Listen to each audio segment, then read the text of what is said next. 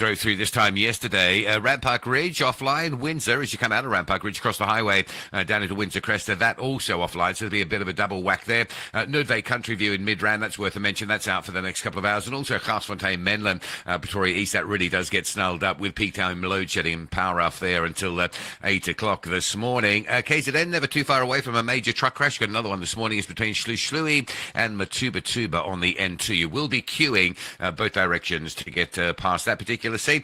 Cape Town looks all right this morning. Just keep your eyes open for a broken down vehicle. It's on the N2 inbound just after Lisbech Parkway towards Mowbray Main. That's enough to be pushing traffic back through to Langa at this early hour. I'm Rob Byrne. SAFM Sunrise starts now.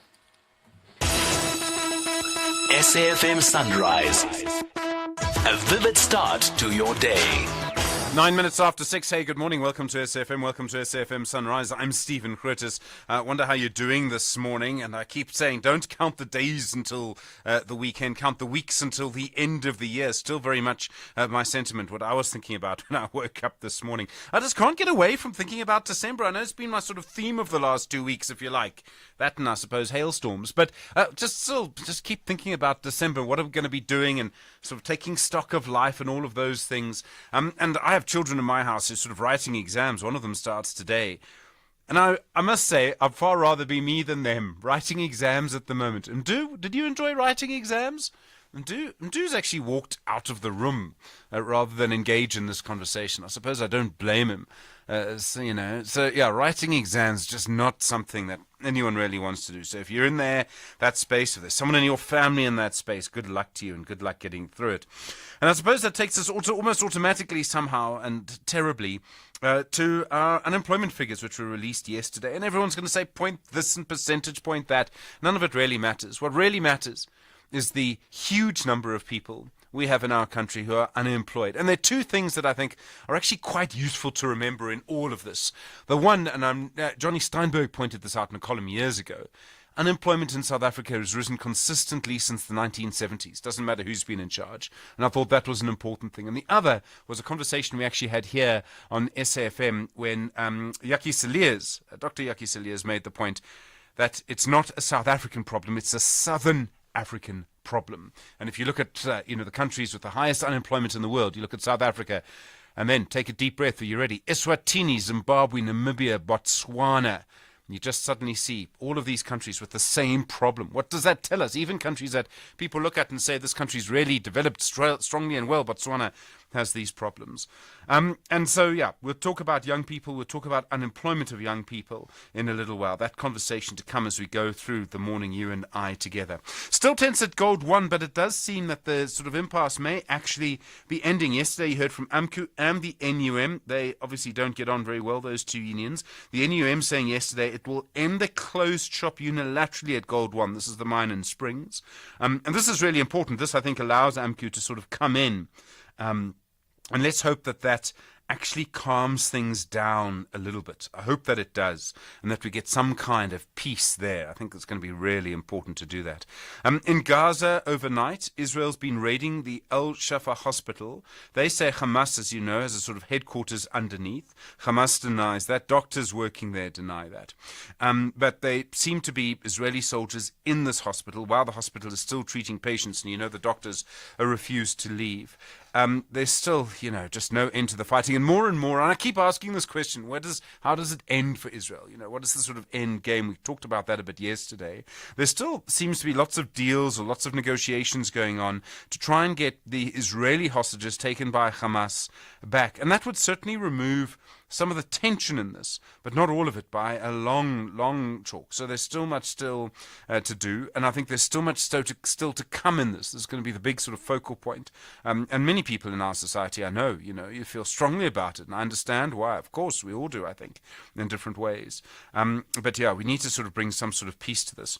I mentioned last week, we spoke to the chair of the National Advisory Council, I forget the full name now, against corruption. We spoke to Professor Feroz Kachalia, who I've always enjoyed, always interesting insights to me, and an independent mind, I've always thought, even when he was in politics. That's quite an interesting comment, that, even when he was in politics, but anyway, there we are. Yesterday, CASAC put out a statement saying they're concerned about some of the statements made by Chief Justice Raymond Zondo, first speaking at that event last week, and then in a long television interview he gave this week. And basically saying that he referred to cases that might come before him. And I presume they're talking about their sort of reference to former President Jacob Zuma. And I think I mentioned last week that I sort of noticed that because the Chief Justice spoke about Gupta-Zuma state capture.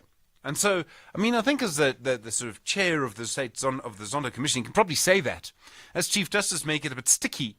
I must say, though, I think we've asked a lot of the Chief Justice in recent years. You know, he's had to chair this committee. It was the commission, very difficult thing to do. In the middle somewhere, he legalized the possession of marijuana. And now, if you look at how his recommendations are not being implemented, I think you'd have to almost be more than human not to speak out. So I have some sympathy with him. I have some sympathy with CASAC too. I noticed the PAC agreed with them. I can't remember the last time the PAC and the CASAC agreed, but here we are.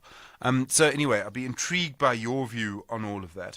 And the Gauteng Premier Panyaza Lesufi, there was a report this morning saying he's promised the transformer problem in Soweto, you know, where the transformers get overloaded by illegal connections. He says Gauteng, the province, will replace 500 transformers. And that'll happen by Christmas. This was in, Dobsonville, in Zola. He was talking to residents there.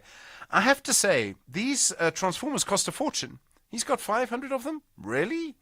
By Christmas? I think we need to put a little question mark on that, I'm afraid. I'm going to be a little cynical about that for the moment. I hope for the sake of the residents, though, that it's true.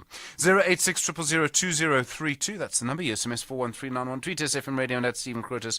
Send your WhatsApp voice notes to 0614 104 107. Good morning. The 18-year-old last month. Yeah, no, that was through the dating app, wasn't it? Absolutely, absolutely. And finally, Stephen, a memorial service for Mark Alex member, Mark Ranzedi, will be held today at the Soweto Theatre in the south of Johannesburg. The 58-year-old passed away last Thursday in hospital after a short illness. Of course, you'd know him as one of those very, very fashionable guys back in the day. No, I remember the music so well. It was such wanted an interesting to be them, time. Stephen. Yeah, I was young, I must admit. But you just wanted to be those guys, man. They were fashionable. Those viscose shirts. We called them mashabanas back in the day. Thank you, Stephen. Leander Mayome, thank you very much indeed. Shedding a few secrets there, 19 minutes after 6. Stephen Grootes on SAFM. Let's look at your weather around the country this morning. Tshwane, partly cloudy, 13 and 24. Johannesburg, partly cloudy, 12 and 21. Vereeniging, partly cloudy, 13 and 22. Bombela, cloudy at times, morning fog patches, 12 and 21. Polokwane, cloudy at times, 10 and 21. Mahakeng, fine, partly cloudy later, 16 and 31. Vryburg, fine, partly cloudy, 16 and 33. Mangaung, fine, becoming partly cloudy, 14 and 31. Kimberley, fine, becoming partly cloudy, isolated thundershowers, 16 and 35. Uppington, fine, becoming partly cloudy, isolated thundershowers, 20 and 39. Cape Town, fine, partly cloudy from the afternoon, a light and variable wind, 20 and 32. George, fine, partly cloudy from the late afternoon, a light and variable wind, 13 and 37.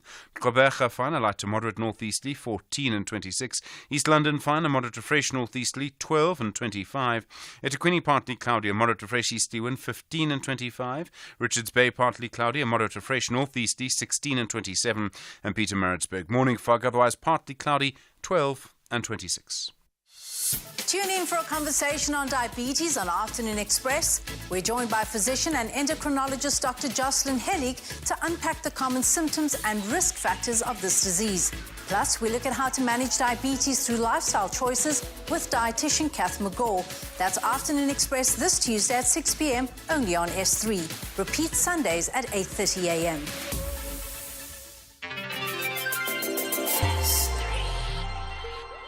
It's about a little more than just an X on that ballot paper. It's about South-Gov knowing what I want, where I'm going, and who I want to take with on this journey. To me, it's not just a vote. It's my democracy. I own it. So show up and register for what you stand for. From Giyani to Umlazi, Pitori to Matatiele. Bring your green bar-coded ID, smart card or temporary ID certificate. Stations open from 8 a.m. to 5 p.m. 18 to 19 November 2023. Or register online by going to elections.org.za or call 0800 11 8000. It's your democracy. Own it. Brought to you by the IEC. Dear Africa Chipembe. Siyabonga. Re a leboga. Thank you for experiencing the Rugby World Cup France 2023 in your language of choice on SABC radio stations and SABC TV channels. This journey is fulfilling and exhilarating when you are on board. The front row belongs to Africa Tonga. Brought to you by SABC Sport. For the love of the game. Worldview Update, bringing you closer to international or global news. 22 minutes after 6, the Chinese President Xi Jinping due to meet the US President Joe Biden in San Francisco today. The US hosting Xi for a summit meeting. You know, of course, of the huge tensions between these two countries. The US banning the export of certain technologies to China with claims that China is working against the US. And of course, there's been some concern in the US that China could even make some sort of move against Taiwan. Professor Christopher Isika is an expert on the United States at the Department of Political Sciences at the University of Pretoria. Professor Isika, good morning. Good morning, Stephen, and thank you for having me. If you consider how difficult, what's the right phrase, bad-tempered the relationship's been between China and the US over the last couple of years, how significant is it that this meeting is happening at all? Well, it is significant because it will be the first face-to-face meeting between these two presidents in over a year now, in the midst of this troubling, fractured relationship that they've had, especially since January with the spy balloon issues, floating over the Western US and Canada. So it's a pretty big meeting, and I think that it was important for the Chinese president to also attend this because the Asia Pacific Economic Cooperation meeting, which is taking place in San Francisco, is also a very important forum for the Chinese, and missing that would have meant that the Chinese are beginning to look more inwards than outward. So it was important for him to actually attend and then use the opportunity to meet with Biden. The trading relationship between China and the US, and I think it's correct to say that the amount of trade between the US and China is bigger than any other trading relationship in history. There's more trade between them than the world has ever seen between two countries or two geographic regions. I can't imagine what would happen if that trading relationship stopped or even, just sort of decreased slightly. It would affect everybody. It would affect everything. Yes, it's actually very big, and one of the outcomes of the Cold War, if you can call it that they've had since January, is the slamming of trade tariffs and technology sanctions on each other, and these have affected their economic fortunes. But it's worse for China actually. The Chinese economy is in trouble, and growth rates have slowed, significantly. So the rebound that was expected, after the COVID era, has really not help to maintain the growth levels that they need to be the economy that they want to be. So this has probably affected how the Chinese president is seeing things between them and the US. And like you said, the US is their biggest trading partner. So it's in their enlightened self-interest as well as that of the US for this meeting to happen and for relations between them to normalize. The situation in China is interesting. Domestically, you talk about the slowing economy. Several senior political figures have, I don't know what's the right word, Professor, disappeared. A foreign minister, a defense minister. In the US, people are very worried about Donald Trump winning another term as president. I mean, this is also being driven by domestic politics to an extent. Yes, it is. And, the Chinese have, although tried to stay away from having a choice indicating a particular choice in the U.S. elections. But like you said, apart from the economic troubles, especially in China, there have been also these political issues that have also made things worse. So yes, the domestic situation in China is also propelling the, if you like, voter phase that you see the president of the Chinese having, and of course. We're not sure in the U.S. if Joe Biden would actually win the next election. So, and remember, relations between President Trump and China was frosty also during his time. That was when the trade tariff wars, started. So with that uncertainty, would also want to usually have formalized relationships that will ensure that the trade between both countries continue at least into the foreseeable future in good terms. Professor, thank you so much. Professor Christopher Sike, as you can hear, an expert on the US Department of Political Sciences at the University of Pretoria. 27 minutes after 6. This is SAFM Sport with Zai Khan. Zai, good morning. Good morning. The latest on Temba Bavuma. Yeah, he's, being assessed by the medical staff. This according to the Proteas Limited Overs cricket team coach Rob Walter. And the discussion has been ahead of the ICC Cricket World Cup semi-final clash between the Proteas and Australia in Kolkata tomorrow. Bavuma is a doubtful starter for the semi-final clash after sustaining a hamstring injury in their final league match against Afghanistan last Friday. The captain has already missed World Cup matches against England and Bangladesh due to illness. Coach Rob Walter says they will assess him further. Temba hasn't come into the conversation about being dropped because he's been one of our best batters for the entire year. So from me, in my point of view, he hasn't scored the runs that he would have wanted to in the World Cup. But every training he looks like he's close, and every game he looks like he's close. So from that point of view, it's a good score is just around the corner from him. But as far as being undroppable, no one's bigger than the team at the end of the day. On to rugby, and the Webb Ellis Trophy is safe after there was a breaking at Saru House, the offices of SA Rugby in Plattekloof in Cape Town last night. The replica of the Webb Ellis Trophy, which the Boks won in France when they beat New Zealand in the final. They won it here, they've won it in France, they've won it in Japan. Well, it was safely tucked away in an office that was not broken into. They had the trophy that was greeted by thousands of the fans. So Captain Siya Kolisi has put it in a cabinet safely away. Now, we also have tennis news. Stefano Tsitsipas saying he felt terrible on the court before retiring 3 games into his ATP final match against Holger Rune in Turin, Italy yesterday.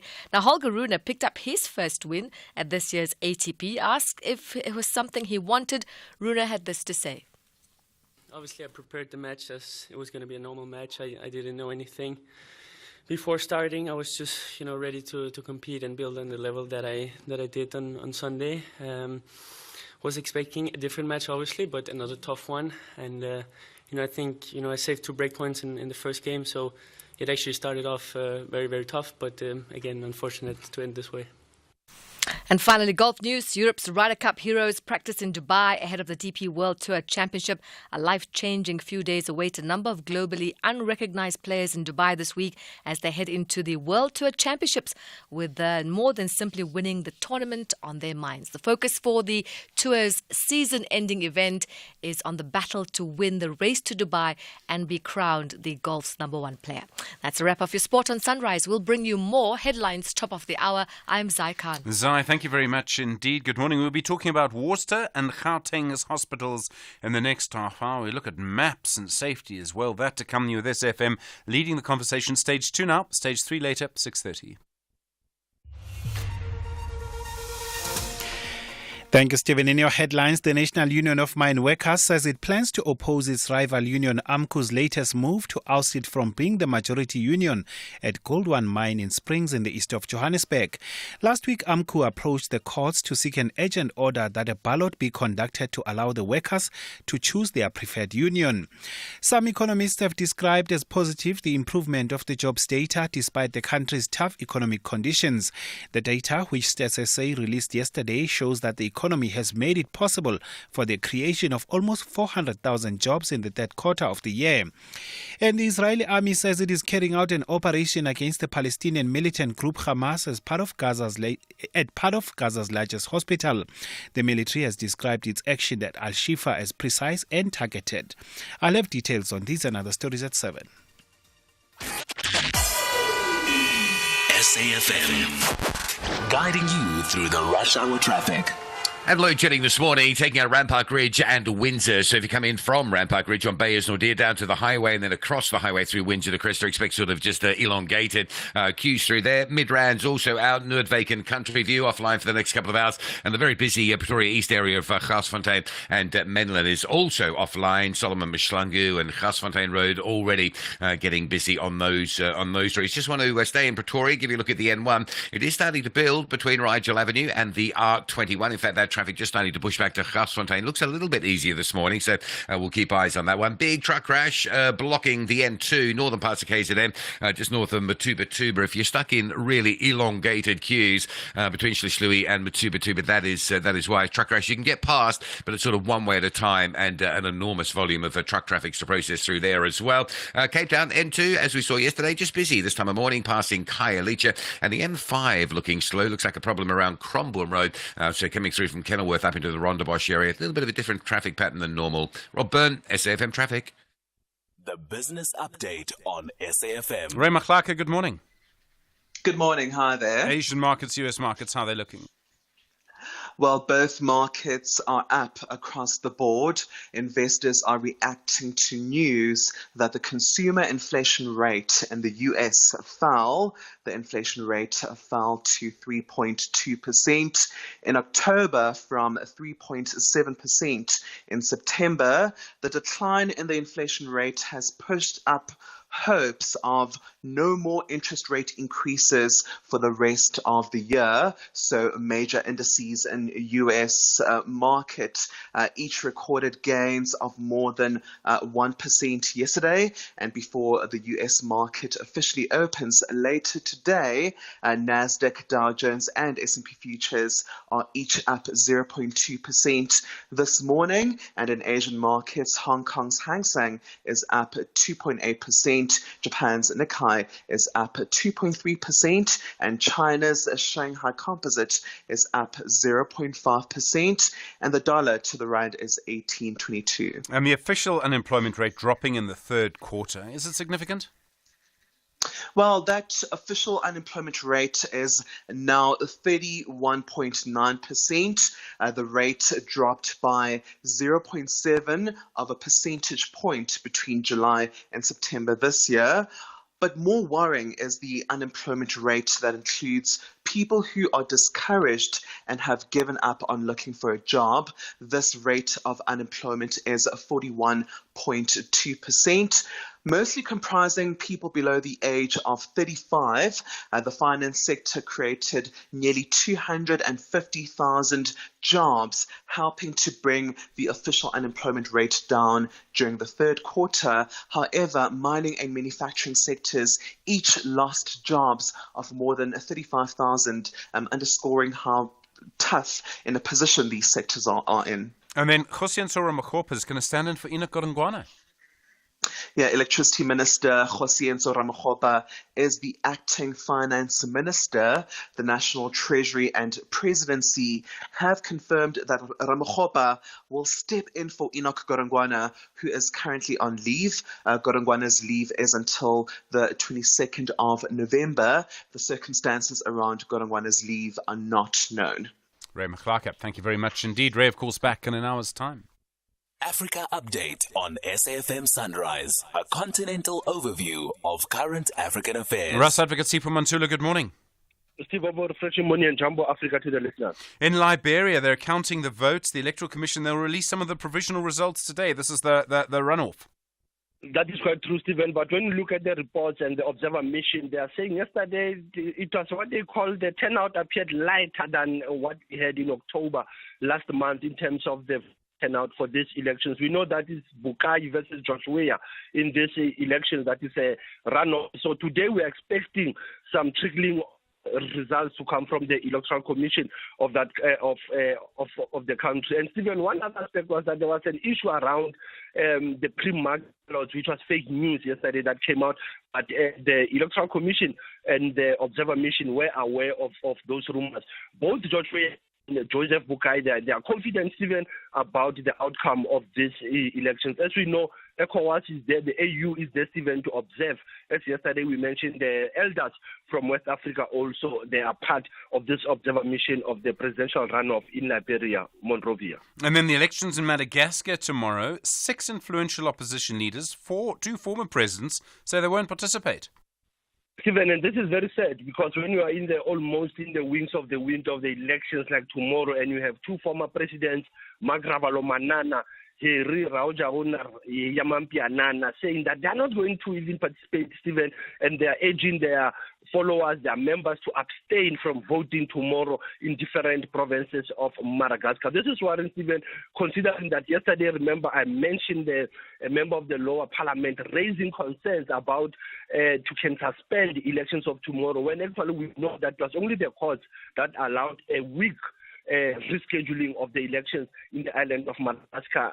And that's where, Stephen, again, you have challenges where you have news trickling from the island. So it is important for us to follow what will be the outcome of this election results. Rajoelina is still confident, Stephen, as he had a final rally yesterday. And then in Kenya, the Kenyan President, William Ruto, he met with the Sudanese General Abdel Fattah el-Burhan in Nairobi. Obviously, we want to bring some peace to Sudan if we can. No, that is quite true, but they were saying they need to convene an agent intergovernmental authority on development in East Africa, what you call IGAD, to have a summit to set conditions for the broader peace process. The conflict of Sudan, Stephen, cannot ignore it. It's almost 7 months since that conflict. We have issues of humanitarian aid. We have the issues of the UN also highlighting some red flags of people in need of humanitarian assistance. So the meeting yesterday between Ruto and Abdel Fattah al-Burhan was very important, as we know that the AU as well as the UN are concerned about this conflict in North Sudan. And then in Ghana, the President, Nana Akufo-Addo, saying no amount of money can restore the damage caused by the slave trade. Stephen, this is what we can say. It is a conference that is taking place in Ghana that is looking at the issues of enslavement, Mafa, or slavery, that the issues of the African diaspora, and saying that it's difficult to quantify the effects, but we need to recognize of the harm that it has caused, and the issues of financial reparations are long overdue to Africans and the diaspora, Stephen. This is what came from President Nana Akufo yesterday, opening the first day of the conference, dealing with historical issues between Africa and the diaspora. This was held yesterday in the capital city of Ghana, Accra. And then you've got a good birthday for us, the 15th of November, 1931. Stephen, this person was never honored in this country because he passed on in 1994, but he was born on this day. Lucas Sithole, a sculptor, was born in Kwatema Springs in Gauteng province, who had more than 800 sculptures in wood, stone, liquid steel, and bronze. He traveled some of the African countries that included Namibia, Lesotho, as well as Eswatini. A very important person in our historical calendar, Stephen, in our cultural tapestry of the sculpture spaces. But like I said, he died in 1994, 29 years ago. Hence, we cannot recall him in the wall of freedom fighters or in the wall of heroes and heroines of this country. Asante Sana SG, as still leading the conversation, SAFM. Russ Advocate Sipho Montilla, thank you very much indeed. Of course, back tomorrow morning from our continent through the day.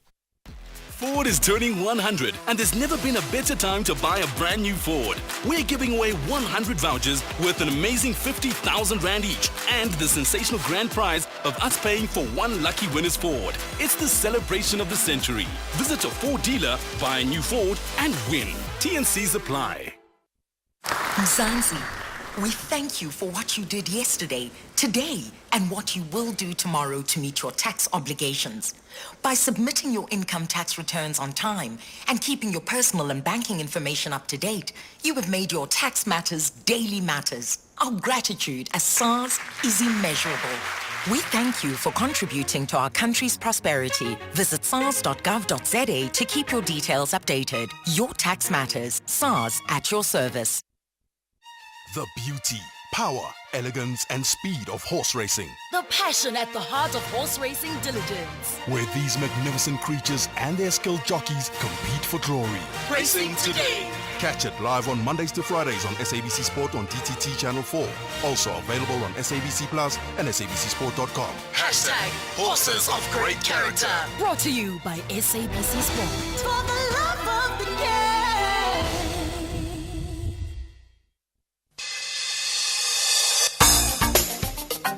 stories of the day. #SAFM Sunrise.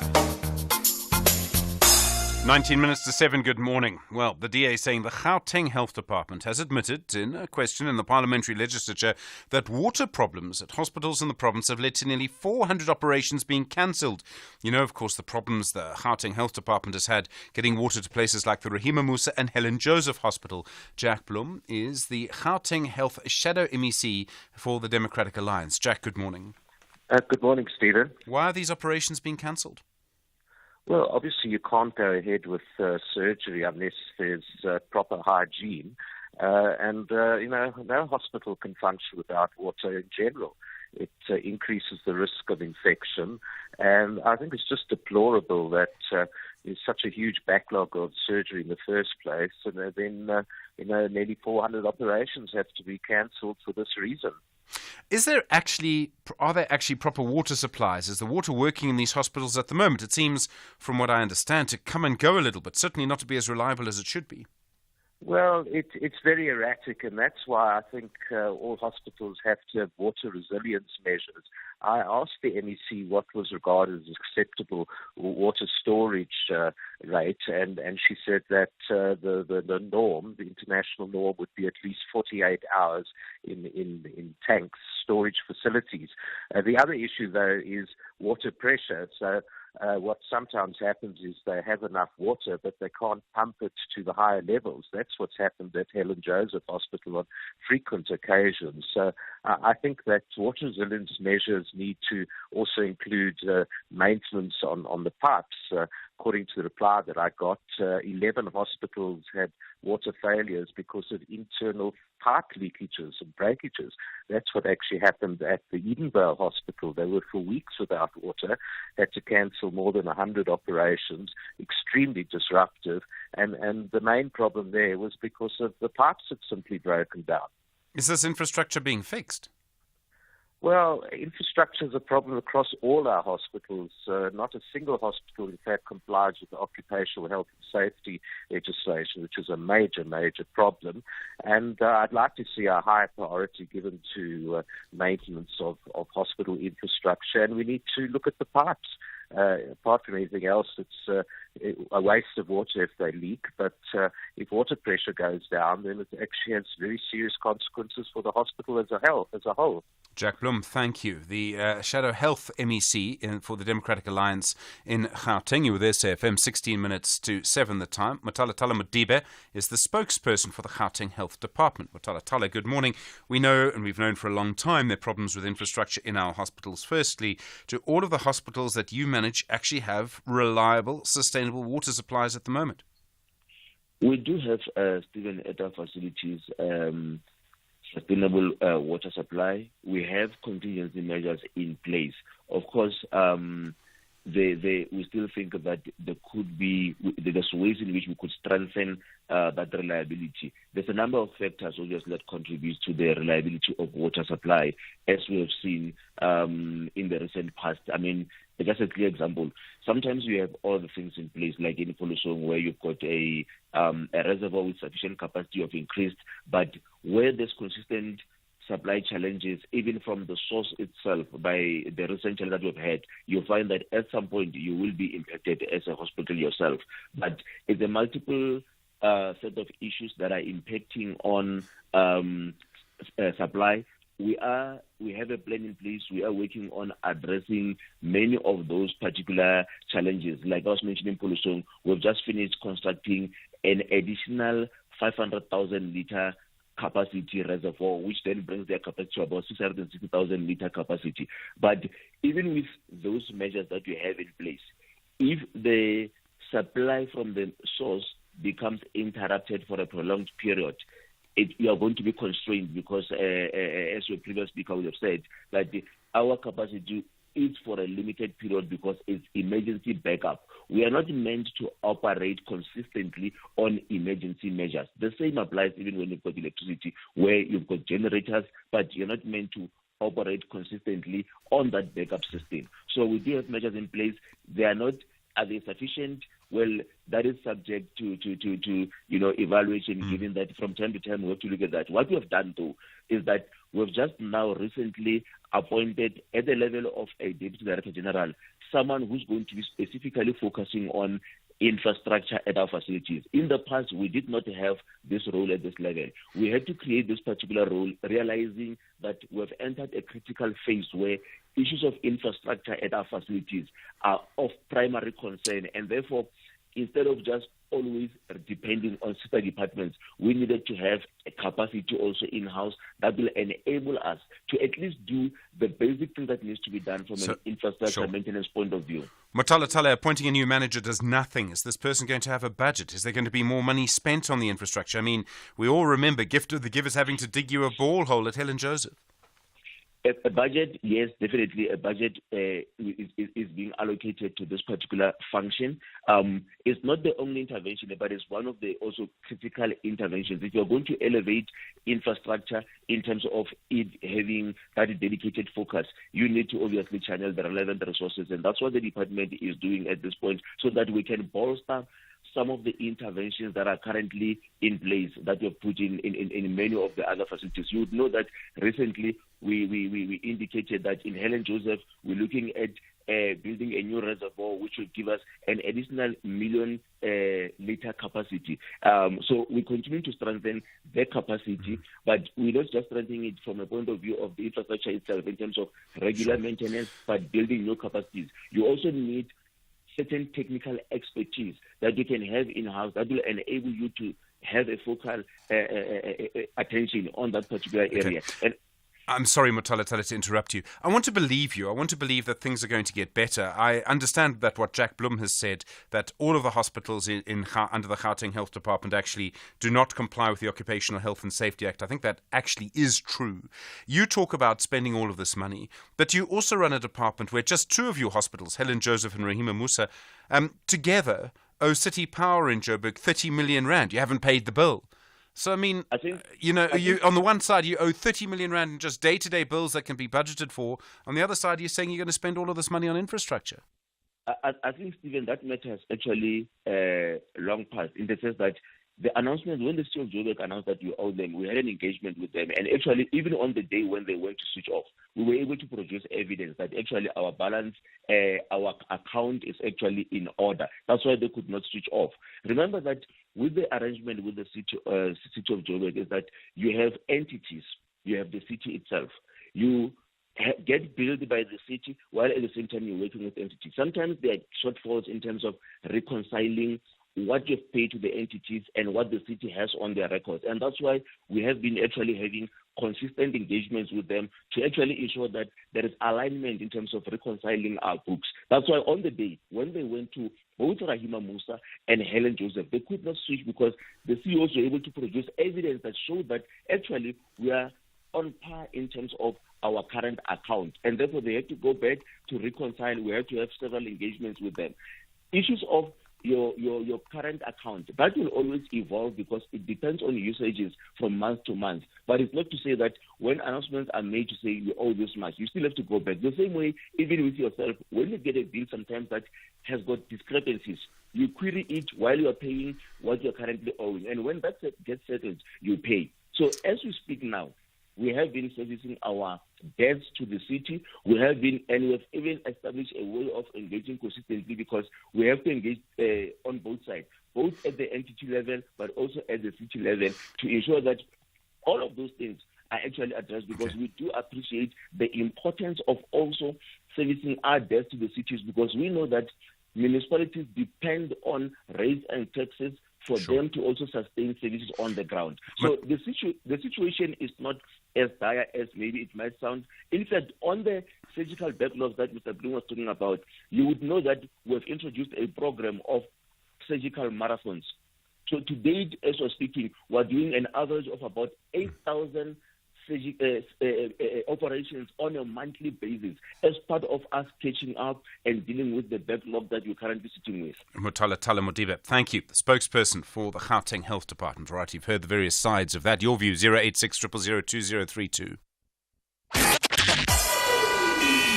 SAFM, guiding you through the rush hour traffic. Victoria is getting a dose of load shedding this morning through the Menlyn and Garsfontein areas. So routes like Solomon, Mishlangu and Garsfontein are queuing heavier than normal. Also the Waltloo, Silverton area, that side under a bit of pressure as well with load shedding, particularly along the Stormful Road corridor. Joburg not looking too bad. Bit of traffic on the N3 at Spruitview, and then of course you hit the traffic between Elan's Interchange and the roadworks at Van Buren. And Malabongwe Drive still hardly a traffic light between Kaya Sand and Stratham Park. So that run down through North Riding towards the M1 highway stays busy. Durban's N2 up through Spaghetti Junction. That's already queuing from the M7. The M7 from Queensborough under a bit of pressure down to Bel Air Road this morning. If you're going towards the Bluff, that's a backlog and major delay alerts. Long queue between Matubatuba and Shlishlui this morning. That is due to a major truck crash, only one sort of direction passing at a time, and there's a lot of truck traffic backed and stacked in that area. Also, trucks all over the R34 John Ross Highway going in and out of the Richards Bay this morning, so that's looking quite busy. Cape Town side, N1 inbound, Durban Road at Belleville, right through to Sable Road's already queuing. Marine Drive, again another busy one out of Tableview with queues all the way down towards the Racecourse Road exit at Milnerton, and heavy pressure passing Khayelitsha, the N2 inbound, queued up from Spine Road through towards the R300. Rob Byrne, SAFM Traffic. Agenda setting conversations of the day. 8 minutes to 7, the time. Good morning. A news release yesterday that the company Google, Google, has decided that when people in Cape Town are planning a route to the airport on Google Maps, it'll no longer take them through Nyanga. That's after an American tourist was shot dead going through that area on the way to the airport. There have been similar cases like this. There is, of course, an equivalent in Joburg. If you want to drive from Sandton to OR Tambo International Airport, the quickest route is through Alexandra. Google Maps and other services will often take you around Alexandra and Marlborough instead. Dumisani Kwebe is the secretary for the Community Policing Forum in Nyanga. Dumisani, good morning to you and thank you for your time. You represent people living in Nyanga. You deal with crime there. I suppose it must be insulting, or almost insulting, to say people shouldn't drive through your area. How do you feel about this? Good morning to you and the viewers. Firstly, let me acknowledge the fact that now we've been in a position of always being in the news for these attacks, especially the tourists. The decision made by the government and the Google company that they will remove Nyanga from the Google map, it's not a surprise to us. Because we've been seeing that it will happen in the near future. Remember, one of the two things why we said so, because in the issue of the hijacking, the smash and grab, and these attacks to the tourists.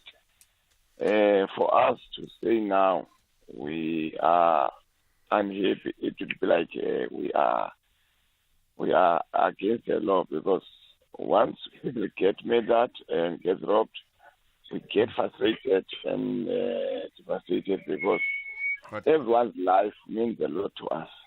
Dumisani, I'm just going to ask you to speak as loudly as you can, please. I mean, the lives in Nyanga matter as much as anybody else's. I mean, I don't know if there's enough police resources on this. I mean, what the middle classes, what foreigners are doing is saying Nyanga doesn't exist to us because it's too dangerous. This is your daily life.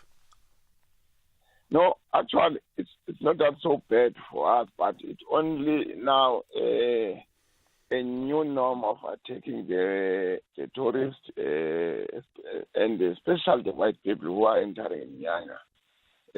That is, it's a new generation that is taking place now in Nyanga. That's for us to be removed from that Google map. It's not a big issue that we can complain about, but we should be saying now, at least people's life will be saved. We should be saying now, people's car won't be smashed and hijacked now because people won't get lost. Dumisani, I'm sorry, I don't want to misunderstand you. Do you think white people driving through Nyanga, it's more dangerous for them than for black people who live in Nyanga? Actually, our cases of smash and grab, hijacking, and these attacks are almost for the white people. That's why I'm saying it won't be an issue that we can complain about when we are getting relieved from this nature of attacks. Dumisani Kwebe, I appreciate the time, sir. Thank you. Secretary of the Community Policing Forum in Inyanga. Dr. Alistair Mokoena is the Country Director for Google South Africa. Dr. Mokoena, good morning to you. How does Google Maps decide to make a decision like this? I mean, how do you decide this area is unsafe and this area is not? Morning, Stephen. Morning to your listeners and morning to Dumisani. So, Stephen, we don't decide, right? So we work as part of an ecosystem of partners. So we've got this tool, Google Maps, which is a navigation tool that basically exists to help people get from point A to point B in the fastest possible way, with less friction, the best fuel-efficient route, and so on. So what happened in this case was the authorities, so the city came to us, the Department of Tourism came to us, the CEO of Cape Town Tourism, the MEC, and said, listen, we have a major issue. We appreciate the role that Google plays in helping drive economic recovery through tourism.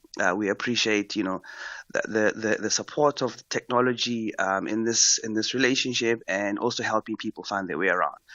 But we have a particular problem, and it's quite an urgent one, and it's basically focused on one locality. There's a very dangerous intersection just outside Cape Town Airport. Now, it's not about black or white. It's about people that are not familiar with the area. For example, people like myself who live in Gauteng. When I come to Cape Town, I don't know the do's and don'ts, and it's quite helpful if there's information that warns me before I even leave Gauteng to say, listen, if you visit in this particular city in the world, take care of precautions, don't walk down, dark alleys and exactly. So the conversation was about, you have seen data around a specific route that passes through Nyanga. And what's happening there is people that don't know their way around, if they're coming from Cape Town Airport, if they're not giving information by, let's say, the car rental companies, if there's no signage, if there's no marketing campaign around the dangers of some areas, they fall prey to victims. And what's been happening is there's a particular intersection, and can we do something about that? And the city came through and said, listen, we will do our part. Policing is their responsibility, signage is their responsibility and all of that. But you, as a technology partner that directs people, how many possible route recommendations do you have that connect people from Cape Town Airport to the rest of Cape Town? Is it possible to avoid a certain stretch of road? And we said, yes, it is possible, but we take our lead from the authorities because, Stephen, we are in no position, or we're not in the business of classifying, categorizing places as no or no-go areas. Well, I was going to say, that gets you into very difficult territory. So then, for example, and I'm sorry to interrupt you, Dr. Mokoena, but that's fine, you only act when partners ask you to? I mean, what's the situation regarding driving through Alexandra on the way from Sandton to OR Tambo? That, in my experience, seems to want to take me around Marlborough instead. Yeah, so we can't make a value judgment around a place is dangerous or it's not dangerous. And we know, crime happens in Sandton, it happens in Alex, it happens in Kelvin, it happens in other places. So we rely on the authorities to say we have data and we're going to make it publicly available. We have declared as authorities that this place is not suitable. So can you please avoid directing traffic through this part? And this conversation could happen if a road had a big sinkhole, right? If a road had a massive accident. So we go back to our mission as Google, which actually guides our actions, which is to organize the world's information, make it universally accessible and helpful. And I think in part of being helpful, if we are given information that will help people avert danger, we have to act. So we take the lead, though. And I think if there isn't a conversation about Alex, if there isn't yet a conversation about some of the gates into Kruger Park or other parts where we know tourists have been attacked, we will not act single-handedly. We don't have the power or the authority to do so. It really takes a village. And, as we've seen in many countries around the world, like India, for example, with their incredible India tourism campaign, it took a multiplicity of stakeholders to really rejuvenate tourism. And we just a part there. Dr. Alistair Mokoena, thank you, the Country Director of Google South Africa. Well, I don't know how you feel about it. If Google decided that people should drive around your area rather than driving through it, 086 000 2032. You're with SFM leading the conversation. It's just gone 7 o'clock. Outsurance will go out of their way to try and save you money on your car insurance. If they can't, ask for 500 Rand. SMS out to 38462. Now that's good news. Independent and impartial. This is SFM News. Thank you, Stephen. In your top stories, NUM vows to protect its loosening grip at Grootes On mine, and the IEC speaks readiness for the first voter registration weekend. This is SAFM News. A very good morning. I am Luyanda Maume. The National Union of Mine Workers says it plans to oppose its rival union AMCU's latest move to oust it from being the majority union at Grootes On mine in Springs in the east of Johannesburg. Last week, AMCU approached the courts to seek an urgent order that a ballot be conducted to allow workers to choose their preferred union. AMCU's efforts to gain recognition at the mine have resulted in workers staging a sit-in underground and the mine suspending operations over the past 3 days. NUM spokesperson Lebuane Mamburu says they will challenge AMCU's court bid. We did file our court papers yesterday and we issued communication to AMCU informing them that we are not opposing their court application and therefore urging them to show some restraint and to communicate that position to their members. So the situation has calmed down significantly today. We will be issuing communication to all employees as well as AMCU, NUM and Solidarity later this afternoon, instructing all employees to come back to work tomorrow.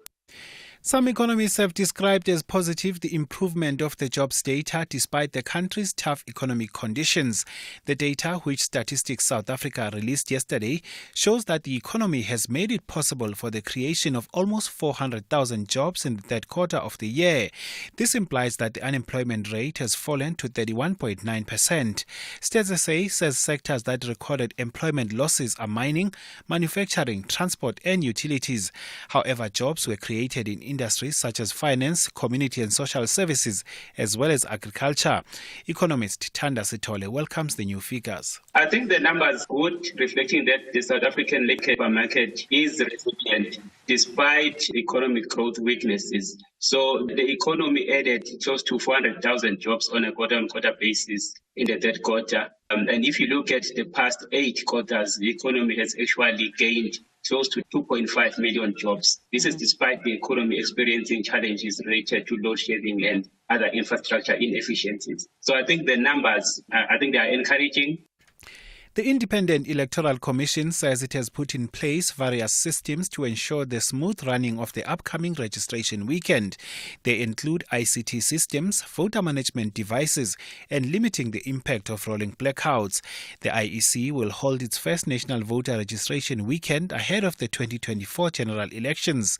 Deputy Chief Electoral Officer Masiko Shiburi has highlighted how some infrastructure challenges affect more than 900 voting stations that do not have social amenities. He was part of the Electoral Commission leadership along with Home Affairs Minister Dr. Aaron Motsoaledi that briefed Parliament's Home Affairs Committee yesterday on the IEC's readiness for voter registration and the elections. Given the unequal development in our country, that is where we find ourselves. There are 959 such voting stations where there is no social amenities at which we have to pitch tents. In bigger metropolitan municipalities, we are also able to improve the quality of our tents because there is a market. However, if you move to far removed areas where there is no market for marquees, you have to bring those things from metros and the cost becomes too exorbitant. The SABC Group Executive for News and Current Affairs, Mushosha Munari, has emphasized that the public broadcaster's editorial policy does not allow any of its employees to advertise products on its platforms. This follows the generation of fake videos using artificial intelligence showing bogus representations of SABC reporters and presenters promoting an investment product. Munari says as a public broadcaster, the SABC is committed to the protection of its credibility. SABC News said we do not propagate or we are not agencies or agents of any product or any institution that really says you must invest. We are in the business of news and what we do is based on credibility, on accuracy, on seeking the truth and on the trust that we have built throughout the years between us and the public. And we would want to restore that trust to say some of these videos that you see where our employees or anyone associated with us saying that invest in that or that is not our policy and it's against our editorial policy. President Cyril Ramaphosa has arrived in Qatar to start a 2-day state visit to the Gulf region. International Relations Minister Dr. Naledi Pandor is already in that country. She has touched on the current war between Israel and the Palestinian militant group Hamas. As a country, we remain committed to the right of both Israel and Palestine to exist, with Israel peaceful and secure, side by side with a Palestinian state that is peaceful and secure. We are also aware that many Palestinians and Israelis are of the view that a just and lasting solution may include approaches that facilitate Palestinians and Israelis living together peacefully.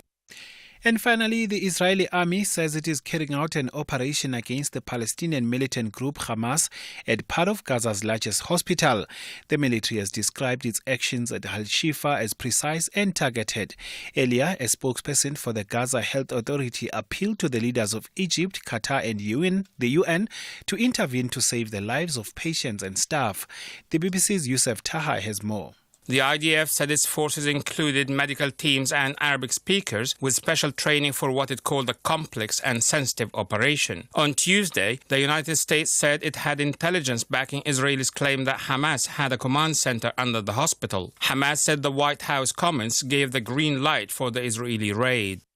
Recapping your top story, the National Union of Mine Workers says it plans to oppose its rival union AMCU's latest move to oust it from being the majority union at Gold One Mine in Springs in the east of Johannesburg.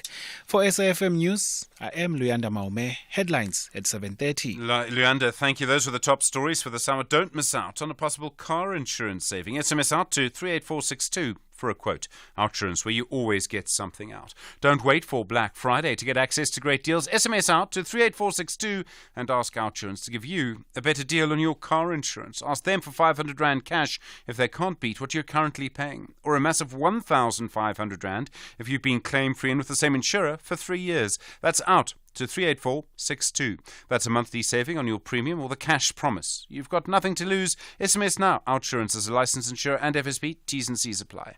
A very good morning to you in your SFM sports headlines. It's cricket. Coach Rob Walter says the Proteas know how to effectively chase down a total if they need to in their Cricket World Cup match against Australia. That's tomorrow. And in tennis action, the home favourite Yannick Sinner recording a first ever victory over 24 Grand Slam singles champion Novak Djokovic. All this and more just before 7:30. SAFM, guiding you through the rush hour traffic. Good morning. Another building on fire in central Joburg. It's a shop rather than a high-rise. It's Jeppy and Polly, so just to expect some delays around that one as the fire brigade race into the area. Just staying in Joburg, the N3 north at Spruitview looking so again up towards the Heidelberg Road off-ramp. Load shedding in Midrand, so Olifants Lever and the run down towards the M1 highway. A little bit busier than normal. There are a couple of traffic light faults in that area. Anyway, Durban, you got a queue going towards the Bluff on the M7 from Queensborough down to Bel Air and Wakesley Road, the Higginson Highway out of Chatsworth, Bayview down to the N2 is again all backed up. Cape Town's N7, Jakes Kerbell Drive looking jam-packed between Goodwood and the Bosmansdam Road exit. And there's a stationary vehicle on Cape Town's N2 inbound before the R300 in front of Khayelitsha. That is pushing traffic almost back as far as Baden-Powell Drive. Rob Byrne, SAFM Traffic. SAFM Sunrise. A vivid start to your day. 9 after 7, good morning. You're with SAFM Sunrise. I'm Stephen Grootes. So much to come. Your mediated conversation in a little while. You heard that long interview we had with Car Powerships yesterday. And it was just so interesting, you know, to finally be able to put sort of all of these claims to their chief global commercial officer. She had a lot to say in response, you might have heard. And she sort of started off by suggesting my introduction was amusing, so I don't know what you thought of that. Anyway, we thought that it would be helpful to put together some people just to sort of listen to the interview, or listen to an extract of it rather, and sort of get their views on it. Do we need car powerships or not? It's a huge amount of money over 20 years, by the way. It's about 270 billion rand. So we thought that would be interesting. That's what we've prepared for you from 8:30 this morning. We'll talk about refugees, the United Nations, and our Home Affairs Minister in the next little while. But first, before all of that, we'll actually speak to the ANC about unemployment. Mahlengi Bengu Motsiri on hold for you, 10 after 7. Catch the Insider SA this Monday evening at 6 as pastry chef Sahil Siegabin bakes up a festival of Diwali treats. And I hope you have a blessed one. Rudy Page passes his rugby passions onto his family. I'm beyond proud of my dad. My dad played for my country. And Loyiso Gijana put his all into music. That's what has communicated with people, is because I'm writing from my heart. That's the Insider SA this Monday evening at 6. Repeat Saturday at 1 p.m. and Sunday morning at 9 on S3. No matter how much you plan, sometimes life happens. And when life happens, there's Cash Converters Cash Advance Loan. Our 30-day cash advance loan allows you to take care of those unexpected surprises. Simply bring in your items such as jewelry, tech and more. We'll keep it safe and you'll walk out with some much-needed cash. Plus, stand a chance to win 20,000 Rand every week. So, visit a Cash Converters store today. T's and C's apply. Cash Converters, we buy, we sell, we loan cash. Have you ever noticed how unique the rugby ball is? You should check out Head High. The rise of junior rugby stars Mana and Tai. Vince is not just their stepfather, he's their coach. Catch the brothers' dream of the black jersey, Head High, every Sunday at 9 p.m. Live on SABC Sport on DTT Channel 4. Also available on SABC Plus and SABCSport.com. # Rugby Drama Galore. Brought to you by SABC Sport.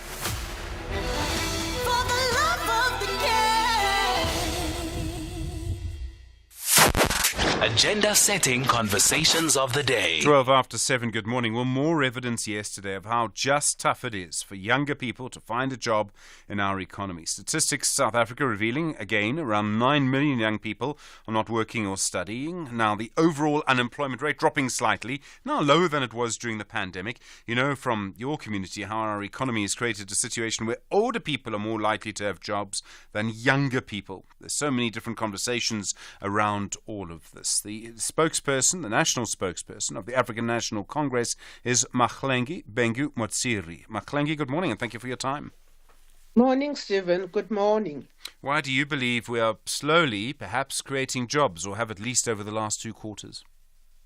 Well, I suppose, if you look at to your point, a comment you've just made now, Stephen, where you have unemployed graduates and the number decreasing from 10.5% in the previous quarter to 8.5%. So certainly that is not, a small feat, and we do think that that's a significant improvement. And we also note that much of the improvements are also in the finance and construction sectors. And in this quarter, what Stats SA is saying is that over 1 million lives have been changed in the quarter under review. Okay, but the majority of people who don't have jobs can't work in finance. They don't have the skills, unfortunately. They need to work in manufacturing or mining or agriculture. Manufacturing and mining both declined during the quarter. What I'm trying to get to is why do you believe that jobs are now being created? Do you believe it is a result of the ANC's economic policy is really the question? Well, yes, it is. It can only be, employment increases or decreases are always ascribed to economic policies and a number of other interventions in the employment creation space. The policy environment is the one that is always critiqued for not enabling job creation. So when there are improvements of this kind from a source such as Stats SA, we can't just look away.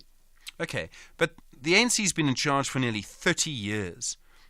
What would have changed that suddenly leads to economic growth now, rather, let me say, to job creation now? Unemployment is the biggest long-term problem that we have. It is a problem that the governing party of the time has to deal with. You are the governing party of the time and have been for a long time. It would seem, I think, if you had to ask people, has the ANC created jobs? The answer would almost certainly be no. Well, I would say that look at the labor force survey results. That's independent authority, and I don't think it has anything to do with politics. It's a product of focused interventions, and I think combined interventions to try and tackle the challenge of employment creation. So I couldn't possibly say that it's only happening now, but I think it's a cumulative effort of a number of interventions that is where for us, we're seeing this thing. The fact that this is the largest employment increase, between the previous quarter and the current quarter recorded, particularly in KwaZulu-Natal, Limpopo, Northwest, and Mpumalanga. But we don't believe that there's politics to this.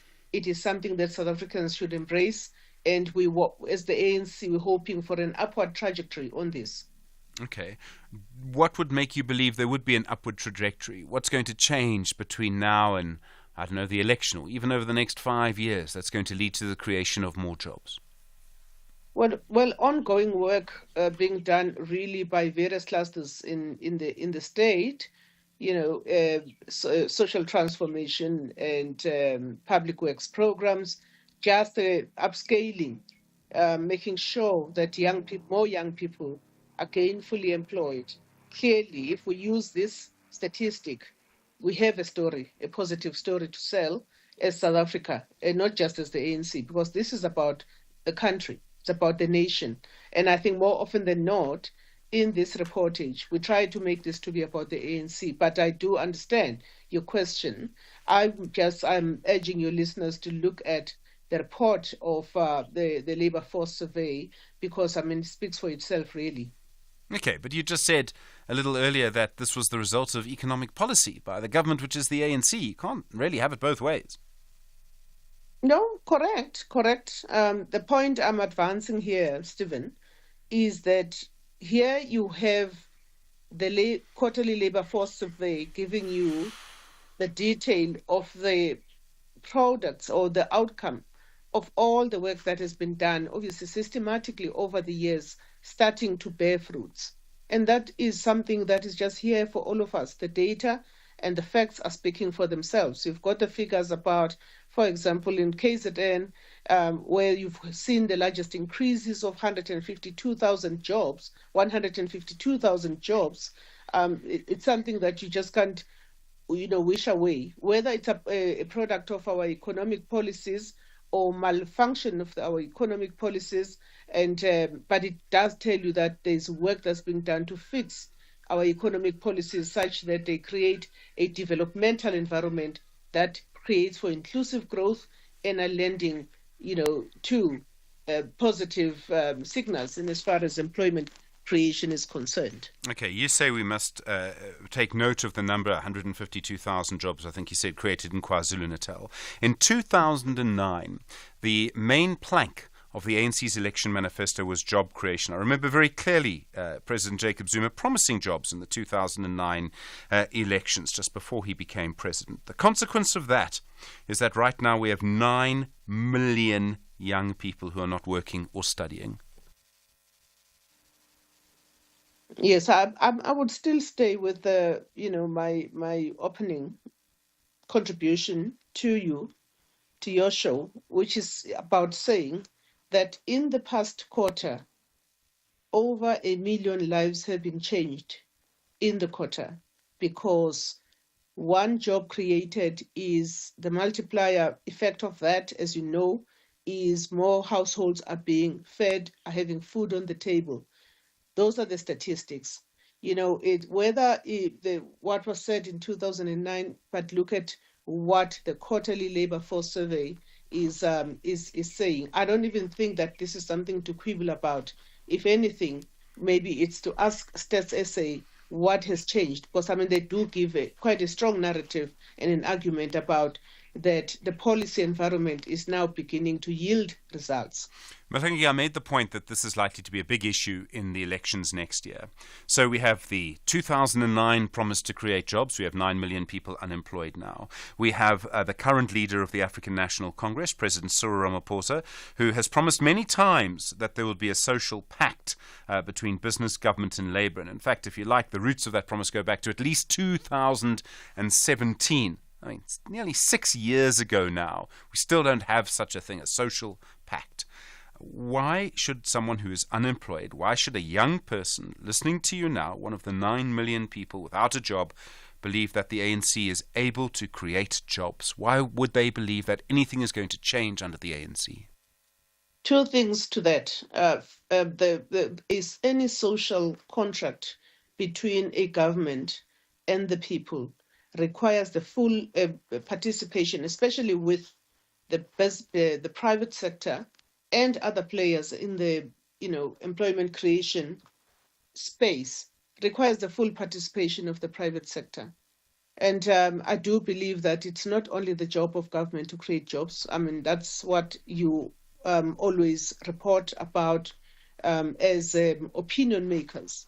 And a lot of that work is being done. In fact, these results may very well be reflecting that some kind of social compacting is beginning to yield results. So that would be the first answer to your first question. The second one, why would a young person believe the ANC? If we are able, as a country, to create over 1 million jobs in a quarter, surely that is a story for hope.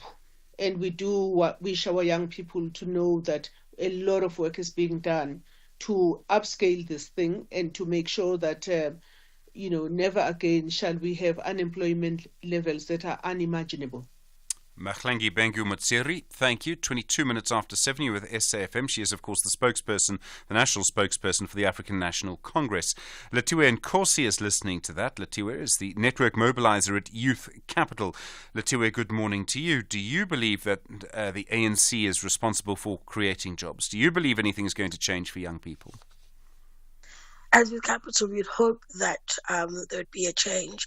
And just to say that we know that the public employment program, such as the presidential employment stimulus that led to young people working as teacher assistant, is a sign of what could happen. However, we have written a brief and put forward recommendations on how such a public employment program could be better for young people, where young people don't leave such opportunities without transferable skills, without a pathway to the next opportunity. So we are hopeful that, young people would be able to access opportunities that are meaningful, so not just short-term opportunities. We do indeed live in hope. We have so many young people who are not in educational training or working, and many of them will have not finished matric, and we know that the dropout rate is around 50%. There are arguments over that, but it's around 50%. From what I can see, these figures don't give them much hope because we're seeing jobs in the finance sector, for example. So then, what as a society do we need to do for them? And this is the vast majority of people who are unemployed and who must surely be running out of hope now. It is, so the hope that we speak of, it's not just hope in words, but in action. And when we think about young people who may not have been able to get their matric certificate specifically, we know that there's the Second Chance Matric program. We actually put out a brief that speaks about the Second Chance Matric program and put it on our website, where we've seen young people being able to get their matric certificate the second time around. And so what we can do as ordinary South Africans is to encourage young people who don't have their matric certificate to do the Second Chance Matric program, register to rewrite their exam, but also not just rewrite, help them register to rewrite, but also support them in preparing for the exam, because many of them may not have the material, the study material to prepare for the exam. And so what we can do as ordinary South Africans is not only encourage them to register to rewrite, but support them in preparing to rewrite the matric exam. Letiwe Nkosi, thank you. Network mobilizer at Youth Capital. They obviously try and help young people get into jobs, try and ensure that the right solutions are being implemented. All right, your view on unemployment, 086 000 2032. Just going 25 minutes now after 7 o'clock. November. So much no in November. Can we just squeeze this last job in? No. Feeling pumped, guys? No. Will we ever make it to December? No. It's November. So, we're charging no fees for 6 months when you sign up for a 10x retirement product in November. No fees, no drama, just results. Speak to a retirement expert today. 10x your future. 10x is a licensed FSP. T's and C's apply. Have you seen our upgraded currency with enhanced security features? Identifying a genuine banknote is easy. Just look, feel, and tilt. Hold the banknote against the light and look for the Big 5 watermark unique to each denomination. Feel the race print on Madiba's portrait and tilt to see the security thread change color. For more, download the SA Reserve Bank Currency app and spend your money with confidence. Our money, our pride. SA Reserve Bank, connecting us. 28 years ago, two great outfits of global rugby met in the Rugby World Cup final. The Springboks and the All Blacks. The Boks had a good day in the office in 1995 and lifted the Webb Ellis Cup on home soil. Amabokoboko have silenced the All Blacks once again. At the Rugby World Cup Final France 2023 in search of their fourth title. Hala la Zanzi Afrika. Back-to-back victors and four-time champions of the Rugby World Cup. An extra seat has been booked for a flight back to Afrika Tonga for the Webb Ellis Cup to travel with the world's best rugby national team. Amapokopoko! Congratulations to the Springboks. Brought to you by SABC Sport. For the love of the game. This is SAFM Sport with Zai Khan. Zai, good morning. Big semi-final tomorrow. Yes, indeed. Now, you know the Proteas, they've defied the odds, finding themselves preparing to play a Cricket World Cup semi-final in Kolkata tomorrow. They've marched to the World Cup round-robin stage, beating the Australian team that they will face tomorrow as part of 7 wins from 9 matches that saw them claim second spot. And that's behind India on the points table. Now, Adam Zampa is the leading wicket taker at the tournament with 22 scalps. And the Proteas coach, Rob Walter, has an eye on him. He's up there with the top wicket takers in the tournament. He's a quality bowler. We have played well against him both in South Africa and in the first game. We're under no illusions as to whether he's a threat or not. Obviously he is. He's an international grade bowler that's bowling very well. More cricket now. New Zealand captain Kane Williamson is upbeat about his team's chances of taking down India when the teams meet in their Cricket World Cup semi-final in Mumbai today. Host India have won all 9 of their games at the tournament so far and are the favourites to go on and lift the trophy for the first time since 2011 when also participating as hosts. The Black Caps, meanwhile, only just secured a Final Four spot after suffering 4 group stage defeats, including a 4-wicket loss to India on the 22nd of October. Here's the New Zealand captain, Kane Williamson.